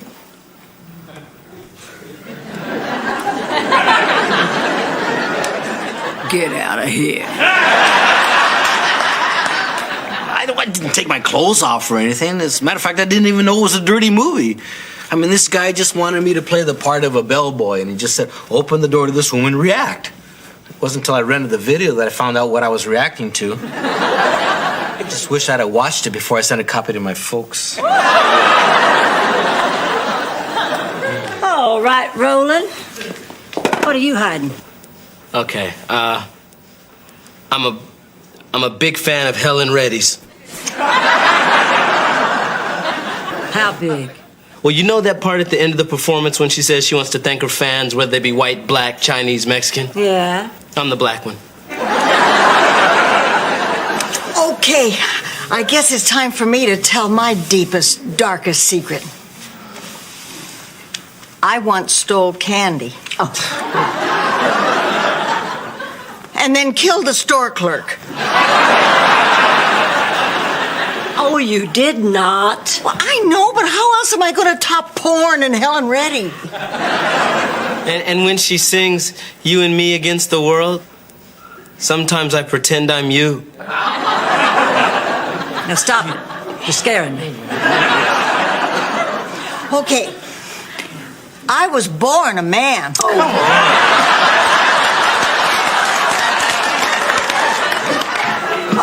someone shut her up. Those are no secrets. This is a secret. When I was pregnant with Dorothy, the doctor came to me my 5th month and he said, "Congratulations, Mrs. Petrillo, you're having twins." Well, I was ecstatic. Soon the big day came. It was a hard labor. But finally, Dorothy appeared.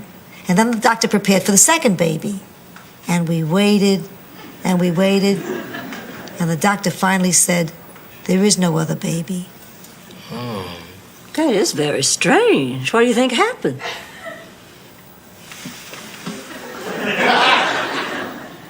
Dorothy ate her.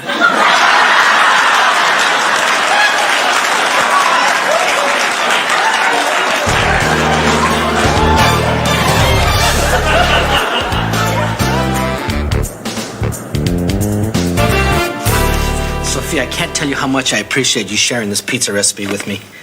Shall we cut it up now? No, we can't touch it until we finish the ceremony. First, you must drink from the cup of the past.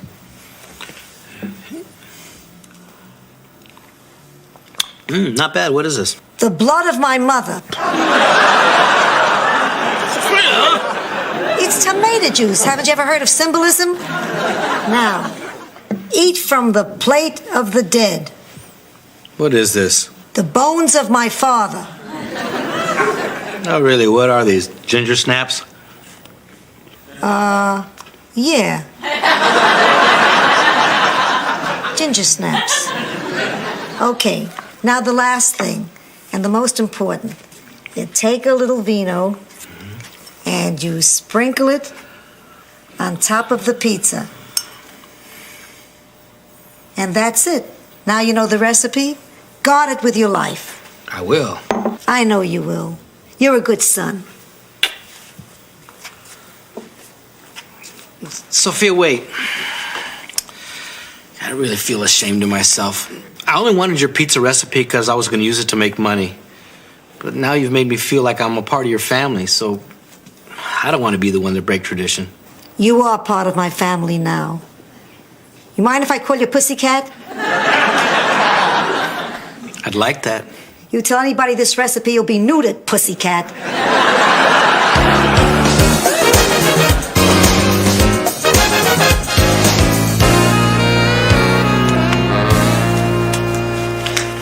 Good morning, Rose. Good morning, Ted. Did you sleep well?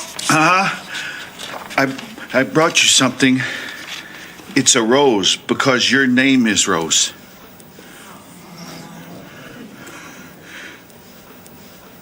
What's the matter? Don't you like it? Ted, why don't you sit down? I want to talk to you.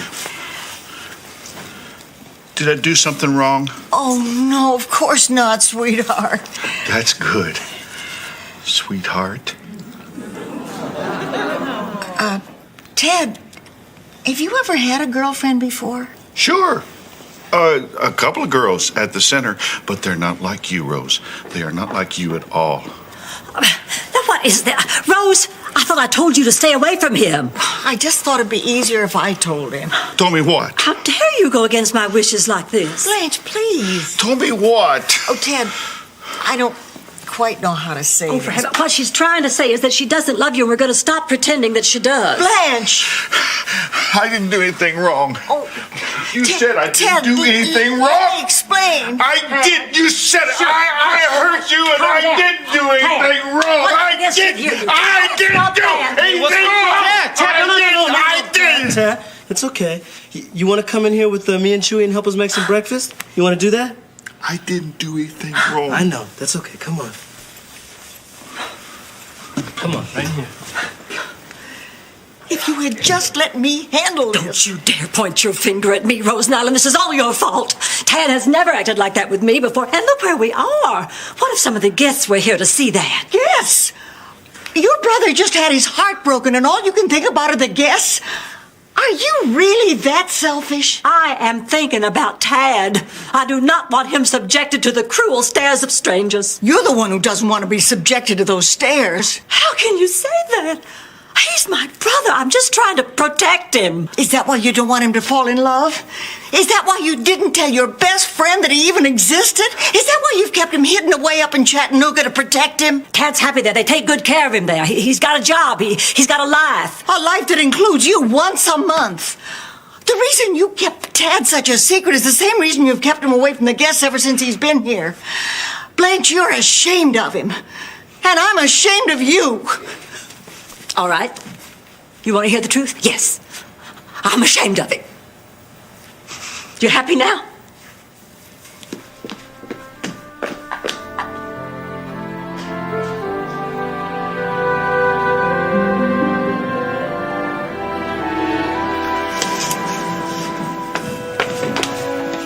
Roland, I'll be taking Tad to the bus station in a little while. You can handle things while I'm gone. Yeah, how's he doing? Oh, he's still a little bit mad at me, but he'll get over that. Tad, say goodbye to Roland. Goodbye, Roland. All right, Tad. We'll see you on your next trip, okay? You take care. Can I at least say goodbye to him? Go ahead. Tad, I'm sorry we can't be boyfriend and girlfriend, but I found something we can be. Something better. We can be Valentines. You mean it? Will you be my Valentine? You bet.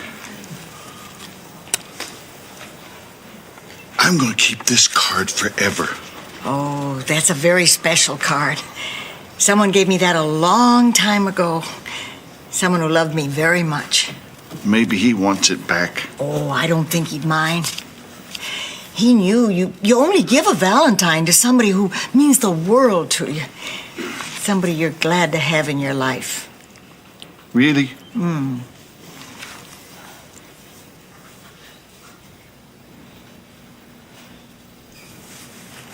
Would you be my Valentine?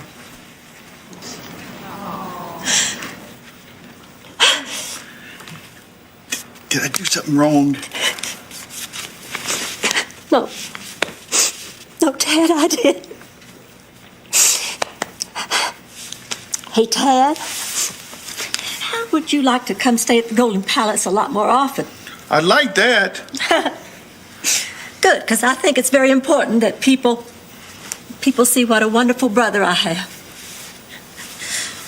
And maybe we could even go to Disney World or, anywhere you want. We'd do anything you like, Tad, anything. Anything? Anything. Anything. Would you watch cartoons with me?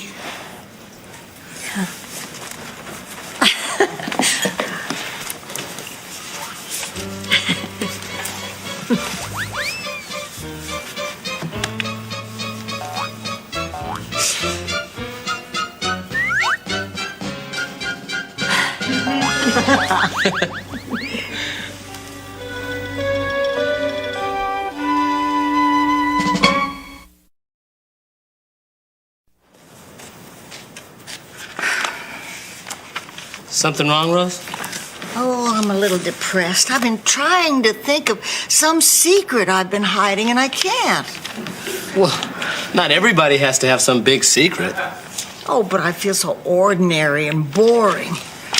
I guess I'll just have to face the fact that I have nothing to hide. Boy, these tabloids are the worst. Listen to this. Space aliens found living in Miami. Zart, Crep, Krolak.